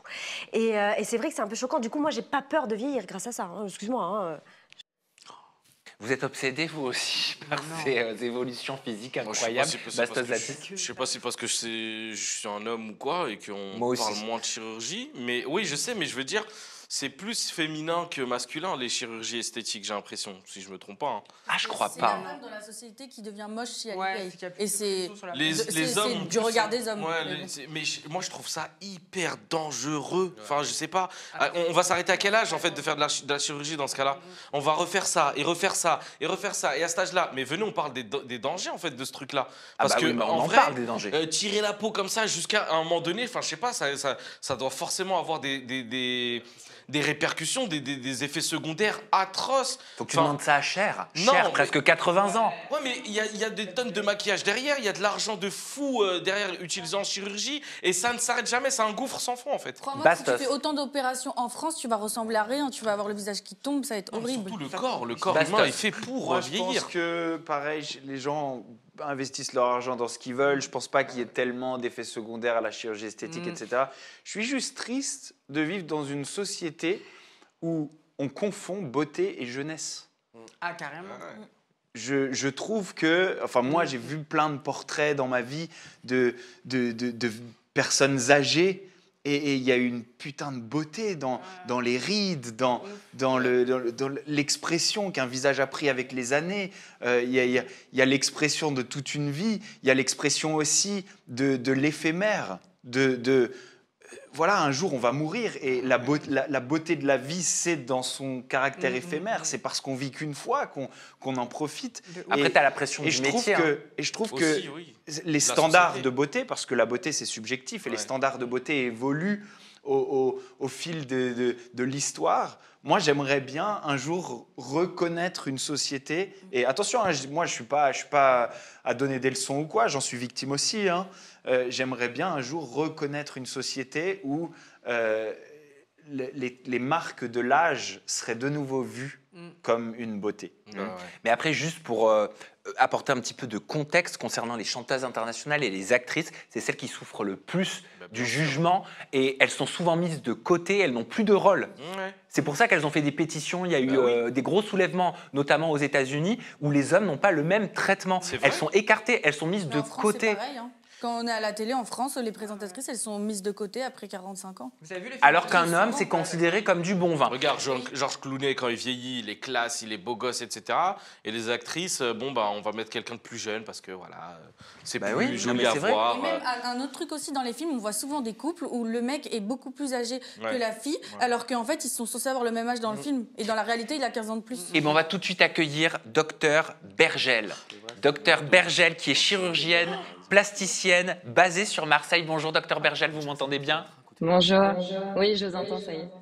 Merci d'être avec nous. Donc, Docteur Bergel, vous êtes chirurgien plasticien. Vous avez écouté un petit peu notre débat en plateau. Je suis persuadée aussi que vous avez vu les nombreuses questions qui tournent sur les réseaux sociaux. Beaucoup se demandent quels sont les secrets de Lindsay Lohan, de Christina Aguilera ou encore de Demi Moore pour paraître 20 ans plus jeune aujourd'hui. Alors, c'est vrai que déjà, ces transformations, elles sont assez impressionnantes. Après, elles s'expliquent assez facilement. C'est des actrices et des chanteuses qui ont eu recours très facilement et surtout très jeunes à la chirurgie esthétique et notamment à la médecine esthétique, en commençant par les injections, donc Botox, filler. Et on voit qu'au fil du temps, elles ont beaucoup injecté leur mid-face, donc le tiers moyen, avec des pommettes surinjectées, les lèvres, la jawline. Et on a tous en tête cette photo de Demi Moore à la Fashion Week avec ses pommettes surinjectées et sa bichectomie, donc le retrait de la graisse au niveau des joues, qui a complètement déséquilibré son visage et qui lui donne un aspect vraiment fatigué et pas du tout rajeuni. Et je pense que ces actrices et ces chanteuses ont eu un changement complètement de prise en charge en se basant plus sur le bas du visage et pas sur le tiers moyen. Donc on voit clairement qu'il y a les fillers qui ont été diminués et elles sont passées sur la chirurgie invasive au niveau du bas du visage avec des liftings. C'est clairement trois patientes qui sont passées par un lifting cervico-facial. Après, il y a différents types de lifting cervico-facial. Aux États-Unis, on fait beaucoup des deep plane ou des deep neck qui sont des liftings assez invasifs où on vient pas seulement décoller la peau, mais aussi décoller les tissus sous la peau pour vraiment tirer au maximum et donner une ligne parfaite mandibulaire et cervico-faciale. Et on voit que c'est ce qu'elles ont eu. Après Demi-Moore, il y a eu un geste, je pense, sur le regard, puisqu'on a un regard beaucoup plus frais avec une blépharoplastie et peut-être un brolift. Lindsay Lohan, il y a eu une rhinoplastie qui est indéniable avec un nez beaucoup plus fin qui lui donne un côté presque enfantin. Alors Christina Aguilera aussi, le lifting, je pense qu'elle y est passée. Après, il faut pas négliger la skincare et l'hygiène de vie. Je pense que clairement, l'exemple le plus flagrant, c'est Lindsay Lohan qui a eu beaucoup d'abus dans sa carrière, on le sait, et qui, je pense, a radicalement changé son hygiène de vie avec une activité sportive, une bonne alimentation. On a des résultats sur la peau et une skin routine. Elles utilisent évidemment tous les produits de la médecine esthétique, hein, le PRP, la mésothérapie, la radiofréquence, et elles arrivent du coup à avoir des peaux qui sont très juvéniles, qui sont quasi parfaites. Donc le secret, c'est que c'est moins d'injections, notamment sur ce tiers moyen qui, au fil du temps, donne un côté très fatigué pour basculer sur des chirurgies plus invasives à type de lifting cervico-facial et évidemment une meilleure hygiène de vie. Mais alors, ça coûte combien? C'est quoi le budget? D'après vous, elles ont dépensé combien, Lindsay Lohan, Demi Moore, Christina Aguilera, pour avoir cette tête? Elles ont dépensé énormément d'argent. Déjà aux États-Unis, les chiffres, le prix de la chirurgie esthétique est beaucoup plus cher. Donc je pense que rien qu'en chirurgie, ça se chiffre à plusieurs centaines de milliers de dollars. Et après, elles ont des skin routines qui sont extrêmement chères. La radiofréquence, le laser, le PRP, la mésothérapie sont des soins qui sont très chers et qu'elles font quasi quotidiennement, tous les jours, toutes les semaines, qui leur permettent d'avoir vraiment aucune imperfection. Combien de temps? Ça peut durer 10 ans, 15 ans? Elles peuvent avoir cette tête-là où ça va, le vieillissement va continuer et la peau va retomber? Le vieillissement va forcément continuer, hein. On ne peut pas se battre contre le temps. Donc en moyenne, un bon lifting dure entre 10 et 15 ans. Donc si vraiment elles veulent garder ce côté très tiré, enfin pas du tout adapté finalement à leur âge, hein, parce qu'à 65 ans on n'a clairement pas un visage comme ça en théorie, hein. Il faudrait qu'elles y repassent, oui, dans une quinzaine d'années. Et enfin, Dr Bergel, est-ce qu'il y a un nombre de liftings maximum à faire au cours d'une vie? Non, après en France, on démarre pas jeune. Généralement, on dit que l'âge d'or en France du lifting, c'est 50 ans. Après, la demande est de plus en plus jeune. On voit de plus en plus de patientes de 40, 45 ans qui nous demandent des liftings. Mais c'est vrai qu'en France, on est quand même sur la cinquantaine. Donc évidemment, on se doute qu'on va pas faire 20 liftings dans la suite. Eh ben, merci beaucoup de nous avoir éclairé, Dr Bergel. De rien. Très honnêtement, on a des réponses à nos questions et en vrai, on a bien compris qu'elles ont fait beaucoup de chirurgie esthétique, qu'il y a aussi une hygiène de vie et une vraie routine skincare avec des appareils qui sont très onéreux pour pouvoir ressembler donc à Christina Aguilera, Lindsay Lohan ou encore Demi Moore. Merci beaucoup, Dr Bergel. C'est ça. À très bientôt. Au revoir. Eh ben dis donc, j'espère que tu as 100 000 balles. Ah mais ça, 15 ans, ça dure un lifting. Alors, faut pas attendre 50 ans pour faire des liftings. Hein. Moi, je te le dis, en 25 ans, tu peux commencer à en faire. Ah mais non. Parce que plus tu commences jeune, plus la peau elle est trop élastique et après moins le résultat il dure dans le temps. Des piqûres d'acide hyaluronique, et ça, c'est ça qu'il faut commencer jeune. Moi, là, je pensais avec un chirurgien à Azerbaïdjan pour aller me faire tirer, en fait. Mais c'est pas un lifting, c'est qu'en gros, ça te retend la peau, mais c'est pas pour la vieillesse, c'est juste pour tirer le visage. Mais comment on te retend la peau sans lifting? Rassure-toi comme tu peux. Hein. Si, et ben, mais non, je sais, en gros, il n'y a pas de ride, il n'y a pas de truc, mais c'est juste que tu vois, ton visage, ça te le... Mais qu'est-ce qu'il a fait pour ça? Bah, je sais pas, il découpe en gros, il découpe et il tire quoi. Ah, Et bah, en c'est un gros- lifting. Oui, c'est un lifting, mais du coup, là, parce que là, moi, je veux en faire, mais c'est pas pour la vieillesse, j'ai pas peur de vieillir, c'est juste tant que je suis jeune, je veux perfectionner ma jeunesse. Quand je serai vieille, j'arrêterai. Bon, quoi qu'il en soit, j'espère que vous avez eu un peu plus de réponses à vos questions concernant l'énigme Lindsay Lohan, Demi Moore et il y a pas Christina que ça, Aguilera. Il y a des théories du complot aussi en ce moment sur les réseaux. On voit beaucoup, il y a un film qui est sorti récemment qui s'appelle The Substance, qui parle aussi d'une cure de jouvence à Hollywood. Donc les gens sont en train d'interpréter ça, ce buzz, enfin ce phénomène en ce moment, ils l'expliquent comme ça et ils se disent qu'il y aurait peut-être un rapport. Et Demi Moore a joué dans le film en plus, genre. Ouais. Oui, ça fait C'est beaucoup. l'actrice là. de Demi Moore qui joue dans le film. C'est elle qui joue dans le film, donc. Carla, super sujet. Merci beaucoup. Oui, tu vois, ça nous a fait parler. Écoutez, on va passer à toute autre chose parce que c'est l'actu libre. Test réussi hein, pour Carla, je pense. Et si je me mets comme ça, c'est parce qu'on va accueillir tout de suite Olivier qui vient accompagné de Toast. Oh, bah, tu peux venir avec nous. Olivier, bienvenue sur Aja. Olivier, je vous le présente. Olivier est un activiste qui œuvre pour l'association L214, une association qui se bat tout simplement contre la maltraitance animale ou pour le bien-être animal. Tout dépend de comment on souhaite le voir, du côté positif ou du côté négatif. Et Olivier, tu es venu donc en tant que représentant de l'association L214 pour nous expliquer pourquoi manger du foie gras, acheter du foie gras, c'est quelque part contribuer à de la souffrance animale. Oui, merci beaucoup Sam pour cette invitation. Je suis ravi d'être parmi vous aujourd'hui. Et avant de commencer, si ça vous va, je vais vous proposer un petit quiz à vous et à vos téléspectateurs. Parfait. On est prêts? Alors, quel est le point commun entre Nathalie Portman, Colin Kaepernick et Emma Stone? Ils sont végétariennes. Yes, on a une bonne raison. Une bonne réponse, bravo. C'est des personnes qui ont décidé d'arrêter de manger des animaux pour différentes raisons, environnement, santé et aussi souffrance animale. Et du coup, on va continuer après le quiz. Je vais vous proposer, parce qu'on a parlé de psy tout à l'heure, de fermer les yeux. À la main, non? Ouais, à la main, non. Ah, On va ok. se projeter. On va se projeter. Moi, je suis au courant de rien. On se Donc, projette sur Noël. Ok, là, vous entendez, vous sentez le sapin, on triche pas, on ferme les yeux. Vous sentez le sapin, vous entendez Mariah Carey. Vous êtes dans la coloc de Colin Kaepernick, Nathalie Portman. Tous ces gens qui ont décidé d'arrêter de manger des animaux, vous ouvrez les yeux et là, il y a un plateau de foie gras devant vous. Et vous vous dites, bah non, c'est des gens qui ne mangent pas des animaux, comment est-ce que ça se fait? Eh bien, c'est parce qu'aujourd'hui, on a la chance de pouvoir manger du foie gras sans faire souffrir les animaux. Et du coup, cadeau de Noël, je vous ai ramené ce petit plateau que je vous propose de faire tourner. Et il y a de la confiture de figue. Et là, c'est dégustation en direct, donc allez-y. Non, c'est vegan, donc oui, c'est halal. Ah oui. Ouais. Mais je... Je te tourne Pas foie gras. Et au niveau des calories? Ah ouais. Alors, le foie gras, c'est gras, donc forcément, il y en a quelques-unes. Et l'idée, c'est de voir si vous êtes convaincu avec Je sais ça. pas si on mange, on attend tout le monde. Il n'y a pas l'odeur du foie gras déjà. Moi, j'adore la nourriture. Un vrai spécialiste. Il n'y a pas l'odeur du foie gras déjà. Ouais, c'est pas fort. Bah, après On le n'a foie pas gras, je l'odeur. trouve ça n'a pas d'odeur, je trouve, le foie gras. Moi. Ah, si. Aussi, hein. Ah, ça a de l'odeur, oui. Et justement, ça en dit beaucoup. Si, il y a de l'odeur, c'est que bon, c'est pas ouf. Moi, j'adore. pour le corps. Moi, je mange tout. Hein. C'est bon? Bah oui, c'est bon, mais moi je connais Alors, moi, je après. n'aime pas le Donc, foie gras, mais j'aime bien ça. Je trouve que c'est moins fort. Super. Et ben voilà, la bonne nouvelle, c'est qu'on peut se régaler sans forcément faire souffrir des animaux. Parce que quand on pense foie gras, Noël, on voit surtout les publicités qui nous sont proposées par les producteurs de foie gras, mais on ne voit pas la réalité. On ne voit pas comment c'est produit.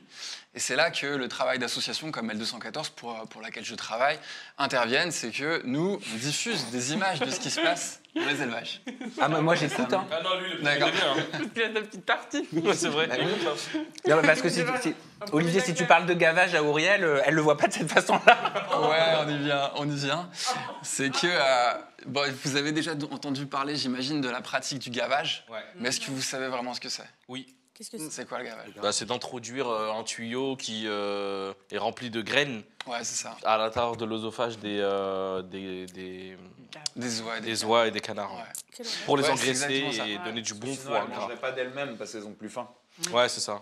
Bah, c'est surtout C'est de la ce qui est- surconsommation. Ce qui est sidérant, c'est tout le process. Et si ça vous va, je vais vous raconter. Bon, c'est pas un conte de Noël, mais c'est l'histoire d'un canard qui est dans un élevage.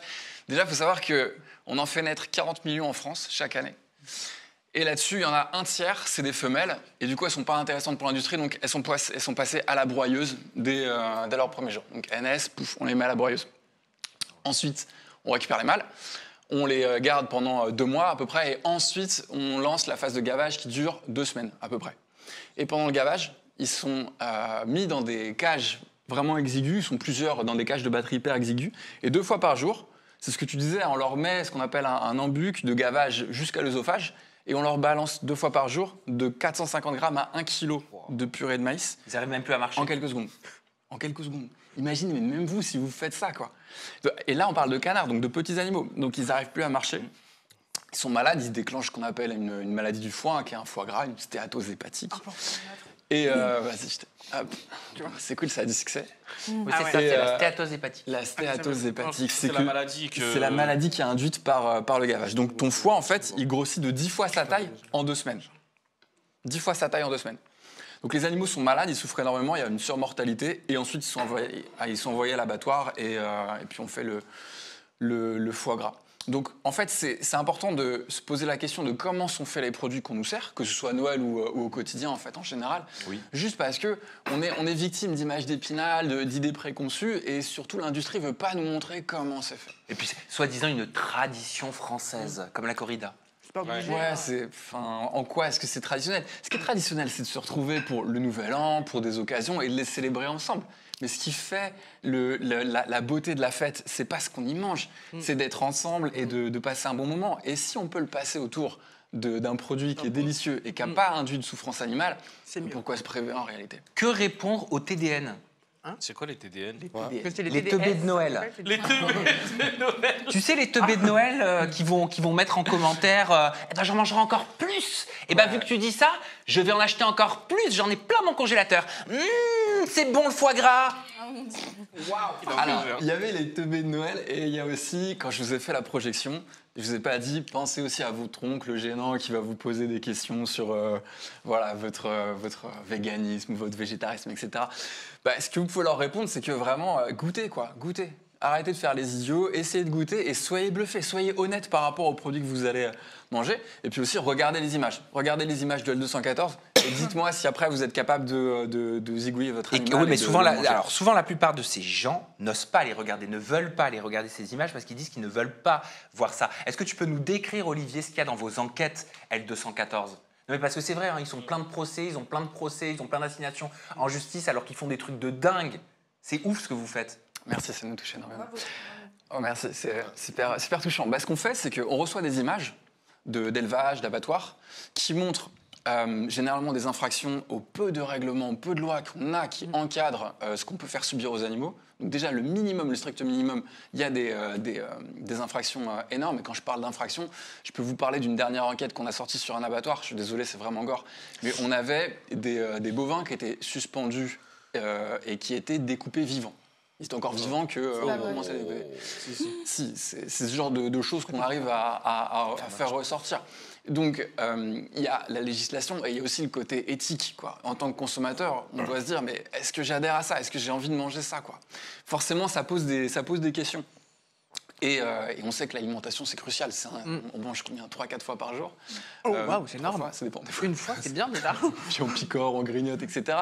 Donc, c'est quelque chose qu'on fréquente au quotidien. Et en fait, juste en aménageant un petit peu, en étant un peu plus conscient de ce qu'on fait et de ce qu'on mange, eh ben, on peut avoir des conséquences énormes sur tous ces animaux qu'on élève au final pour rien, parce qu'on peut très bien s'en passer.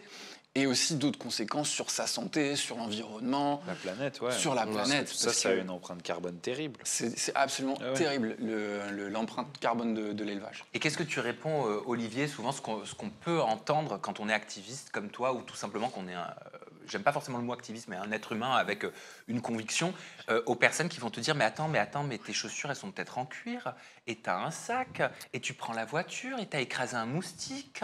Ouais. Et d'ailleurs, je suis écolo et je respire, donc je libère du carbone, donc franchement, je vais me flageller.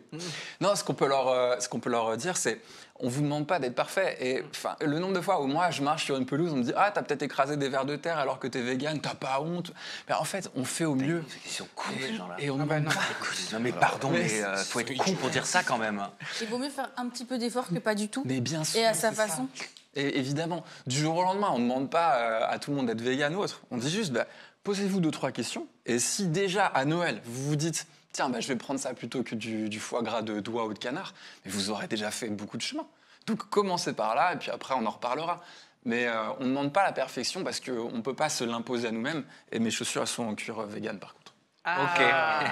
Tic-tac, tic-tac. Avant même qu'on ait eu le temps de te le dire. Eh ben, c'est souvent fait, ça peut être fait avec de l'ananas, ça peut être fait avec de la pomme, ça peut être fait avec du champignon. Ah ouais? Ouais, bien sûr. Génial.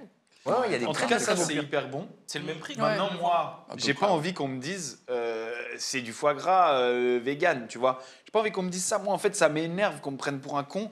Moi, je suis hyper sensible à la souffrance animale. Je suis hyper sensible à l'environnement. Je fais énormément de ce côté-là et je sensibilise mon audience là-dessus. Mais j'ai pas envie qu'on me prenne pour un con. J'ai envie qu'on me dise regarde, goûte ça. Et tu peux remplacer ton foie gras par ça. Mais j'ai pas envie qu'on me dise, tiens, du foie gras vegan. Je suis désolé, ça n'a pas le même goût. Voilà, ça n'a pas le même goût. Et je trouve que parfois, on se marche un peu sur les pieds. Nous, moi, ma position en tant que sensibilisateur dans ce domaine-là, je trouve qu'on se marche un peu sur les pieds en disant, tiens, voilà du poulet vegan. Donne-lui un nouveau nom. C'est pas du poulet. Donne-lui un nouveau nom. Essaye de le rendre bon. Les gens vont goûter et puis ils vont aimer. Bah oui, mais si tu leur dis dans leur tête qu'ils vont manger du poulet et quand ils vont le manger, ça va être du poulet vegan, ils vont dire parce qu'en fait, le goût utilité, mais c'est comme le goût utilité, oui, c'est ça. C'est comme le lait démaquillant, c'est pas du lait. Dans ce cas-là, arrête de nous faire croire que c'est sorti d'une vache. Psychologiquement, on va trouver ça dans une dégueulasse industrie. parce qu'on s'attend pas à ça. C'est comme les fruits de mer, c'est pas des fruits. Pourtant, on les appelle fruits de mer. Non, Il y a un autre truc aussi, c'est qu'on parle de l'usage. Tu parlais du poulet. Moi, je fais mes courses, tu vois, admettons, je suis super pressé parce que j'ai ma vie professionnelle, ma vie de famille, etc. Faut pas que je me pose trop de questions. Je suis devant un rayon steak vegan ou steak végé. En fait, je pense steak parce que c'est une tranche d'un truc que je mets dans une poêle, je sais comment me préparer, au moins c'est vite fait. Donc, je vais pas, ça plutôt me poser d'autres questions si jamais un nom ex nihilo aura été inventé, un truc absurde, dans lequel je me reconnaîtrais pas, je me dirais c'est quoi ce machin, ça s'appelle je sais pas comment le préparer. Steak vegan, ok, je sais faire, les yeux fermés, je te retourne ça. Le foie gras, il y a peut-être des différences de goût. Moi, je les connais plus parce que ça fait tellement de millions d'années que j'ai pas mangé de foie gras d'oie que je peux pas te dire. Mais par contre, au moins, je sais que ça peut se servir avec du confit de figue. C'est vite fait sur un toast. C'est hyper bon. Ça, c'est délicieux. Et c'est bon et ça fait Noël. Tu vois, donc je pense que c'est un peu un faux débat, la question de l'appellation. Moi, je pense que c'est un gros débat. Parce que là, on est en train de prendre les gens un peu pour des robots, de remplacer des trucs en se disant ils vont pas réfléchir, machin, etc. Je pense qu'il y a pas mal de gens qui n'ont pas envie d'être pris pour des robots et qui en ont marre d'être pris pour des robots. J'entends ton discours, mais pour être ton contradicteur, moi je pense que c'est surtout les lobbies de la viande qui ne veulent pas qu'on appelle ça des steaks, qui ne veulent pas qu'on appelle ça des nuggets, parce qu'ils ont juste peur que ça leur enlève des parts de marché, alors qu'en vrai, les personnes qui mangent de la viande continueront de manger de la viande. Ceux qui ont envie d'une alternative, ils iront vers l'alternative. Après, il y a les flexitariens aussi. Non, mais même psychologiquement, le fait de dire foie gras vegan, ça en rassure peut-être certains. C'est un truc qui se rapproche de ce que tu avais l'habitude de manger. Tu sais que c'est un truc qui, en plus aujourd'hui, franchement, on sait que les produits véganes sont pas exactement la même chose qu'avant, sinon ça n'aurait pas de sens, mais que ça s'en rapproche et que c'est un truc pour remplacer. Je prends mon exemple d'essayer de manger sans sucre, par exemple. Je bois des boissons où il n'y a pas de sucre dedans, bah, c'est sûr que c'est pas du iced tea, tu vois, mais c'est un truc qui remplace et consciemment, je sais que c'est bien pour ma santé, du coup, je m'en fous que c'est pas exactement le même goût. Je vais dans un processus où j'essaye d'améliorer ce que je bois et ce que je mange. Donc et on me prend pas pour un con en me disant ça a le goût du iced tea. Ça s'en rapproche, je le sais, je suis conscient que c'est pas du iced tea, mais je suis surtout content de manger ou boire un truc qui n'est plus aussi nocif que ce que l'était le truc par quoi je le remplaçais, tu vois. Donc je pense pas que c'est prendre les gens pour des cons. Je pense que les gens ils savent que c'est pas le goût du foie gras, que c'est pas du foie gras. Au contraire, c'est pour ça qu'ils l'achètent. Mais je vois ce que tu veux dire arrêtez d'appeler ça comme ça. Trouve un nouveau nom. Oui, c'est possible de trouver un nouveau. Peut-être qu'un jour et d'une génération à l'autre, ça on y arrivera. Parce que les parents qui vont rentrer décider d'éduquer leurs enfants à plus de véganisme, ils vont leur faire goûter du n'importe quel nom, tu vois. Le sucre, c'est plus le sucre, c'est le comment on appelle le truc qui remplace le sucre là, qui est moins l'aspartame. Ouais, voilà, des trucs comme ça, tu vois, ça va rentrer dans les mœurs à un moment donné de changer le nom peut-être. Tu vois, tu t'es posé la question, trouver un nom, mais ça ne vient pas. Parce que tu peux mettre tout le marketing que tu veux dessus.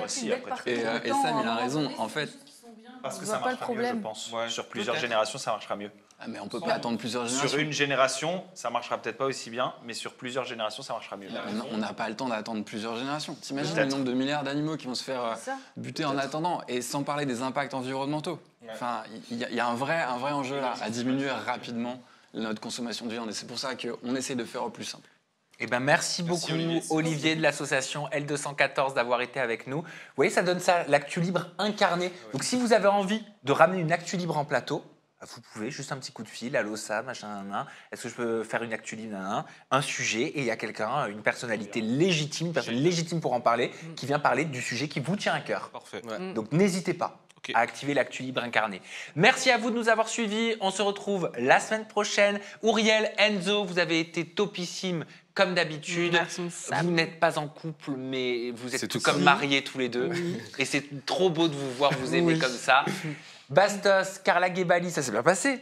Ça s'est très bien passé. Hein, contente toujours? Je suis très contente. Parfait. Zatis, merci beaucoup. Olivier, merci du fond du cœur. Merci à vous de nous avoir suivis. Écoutez, que vous soyez d'accord, pas d'accord, c'est pas grave. On a passé un moment ensemble et c'est l'essentiel. Prenez soin de vous. Bye bye.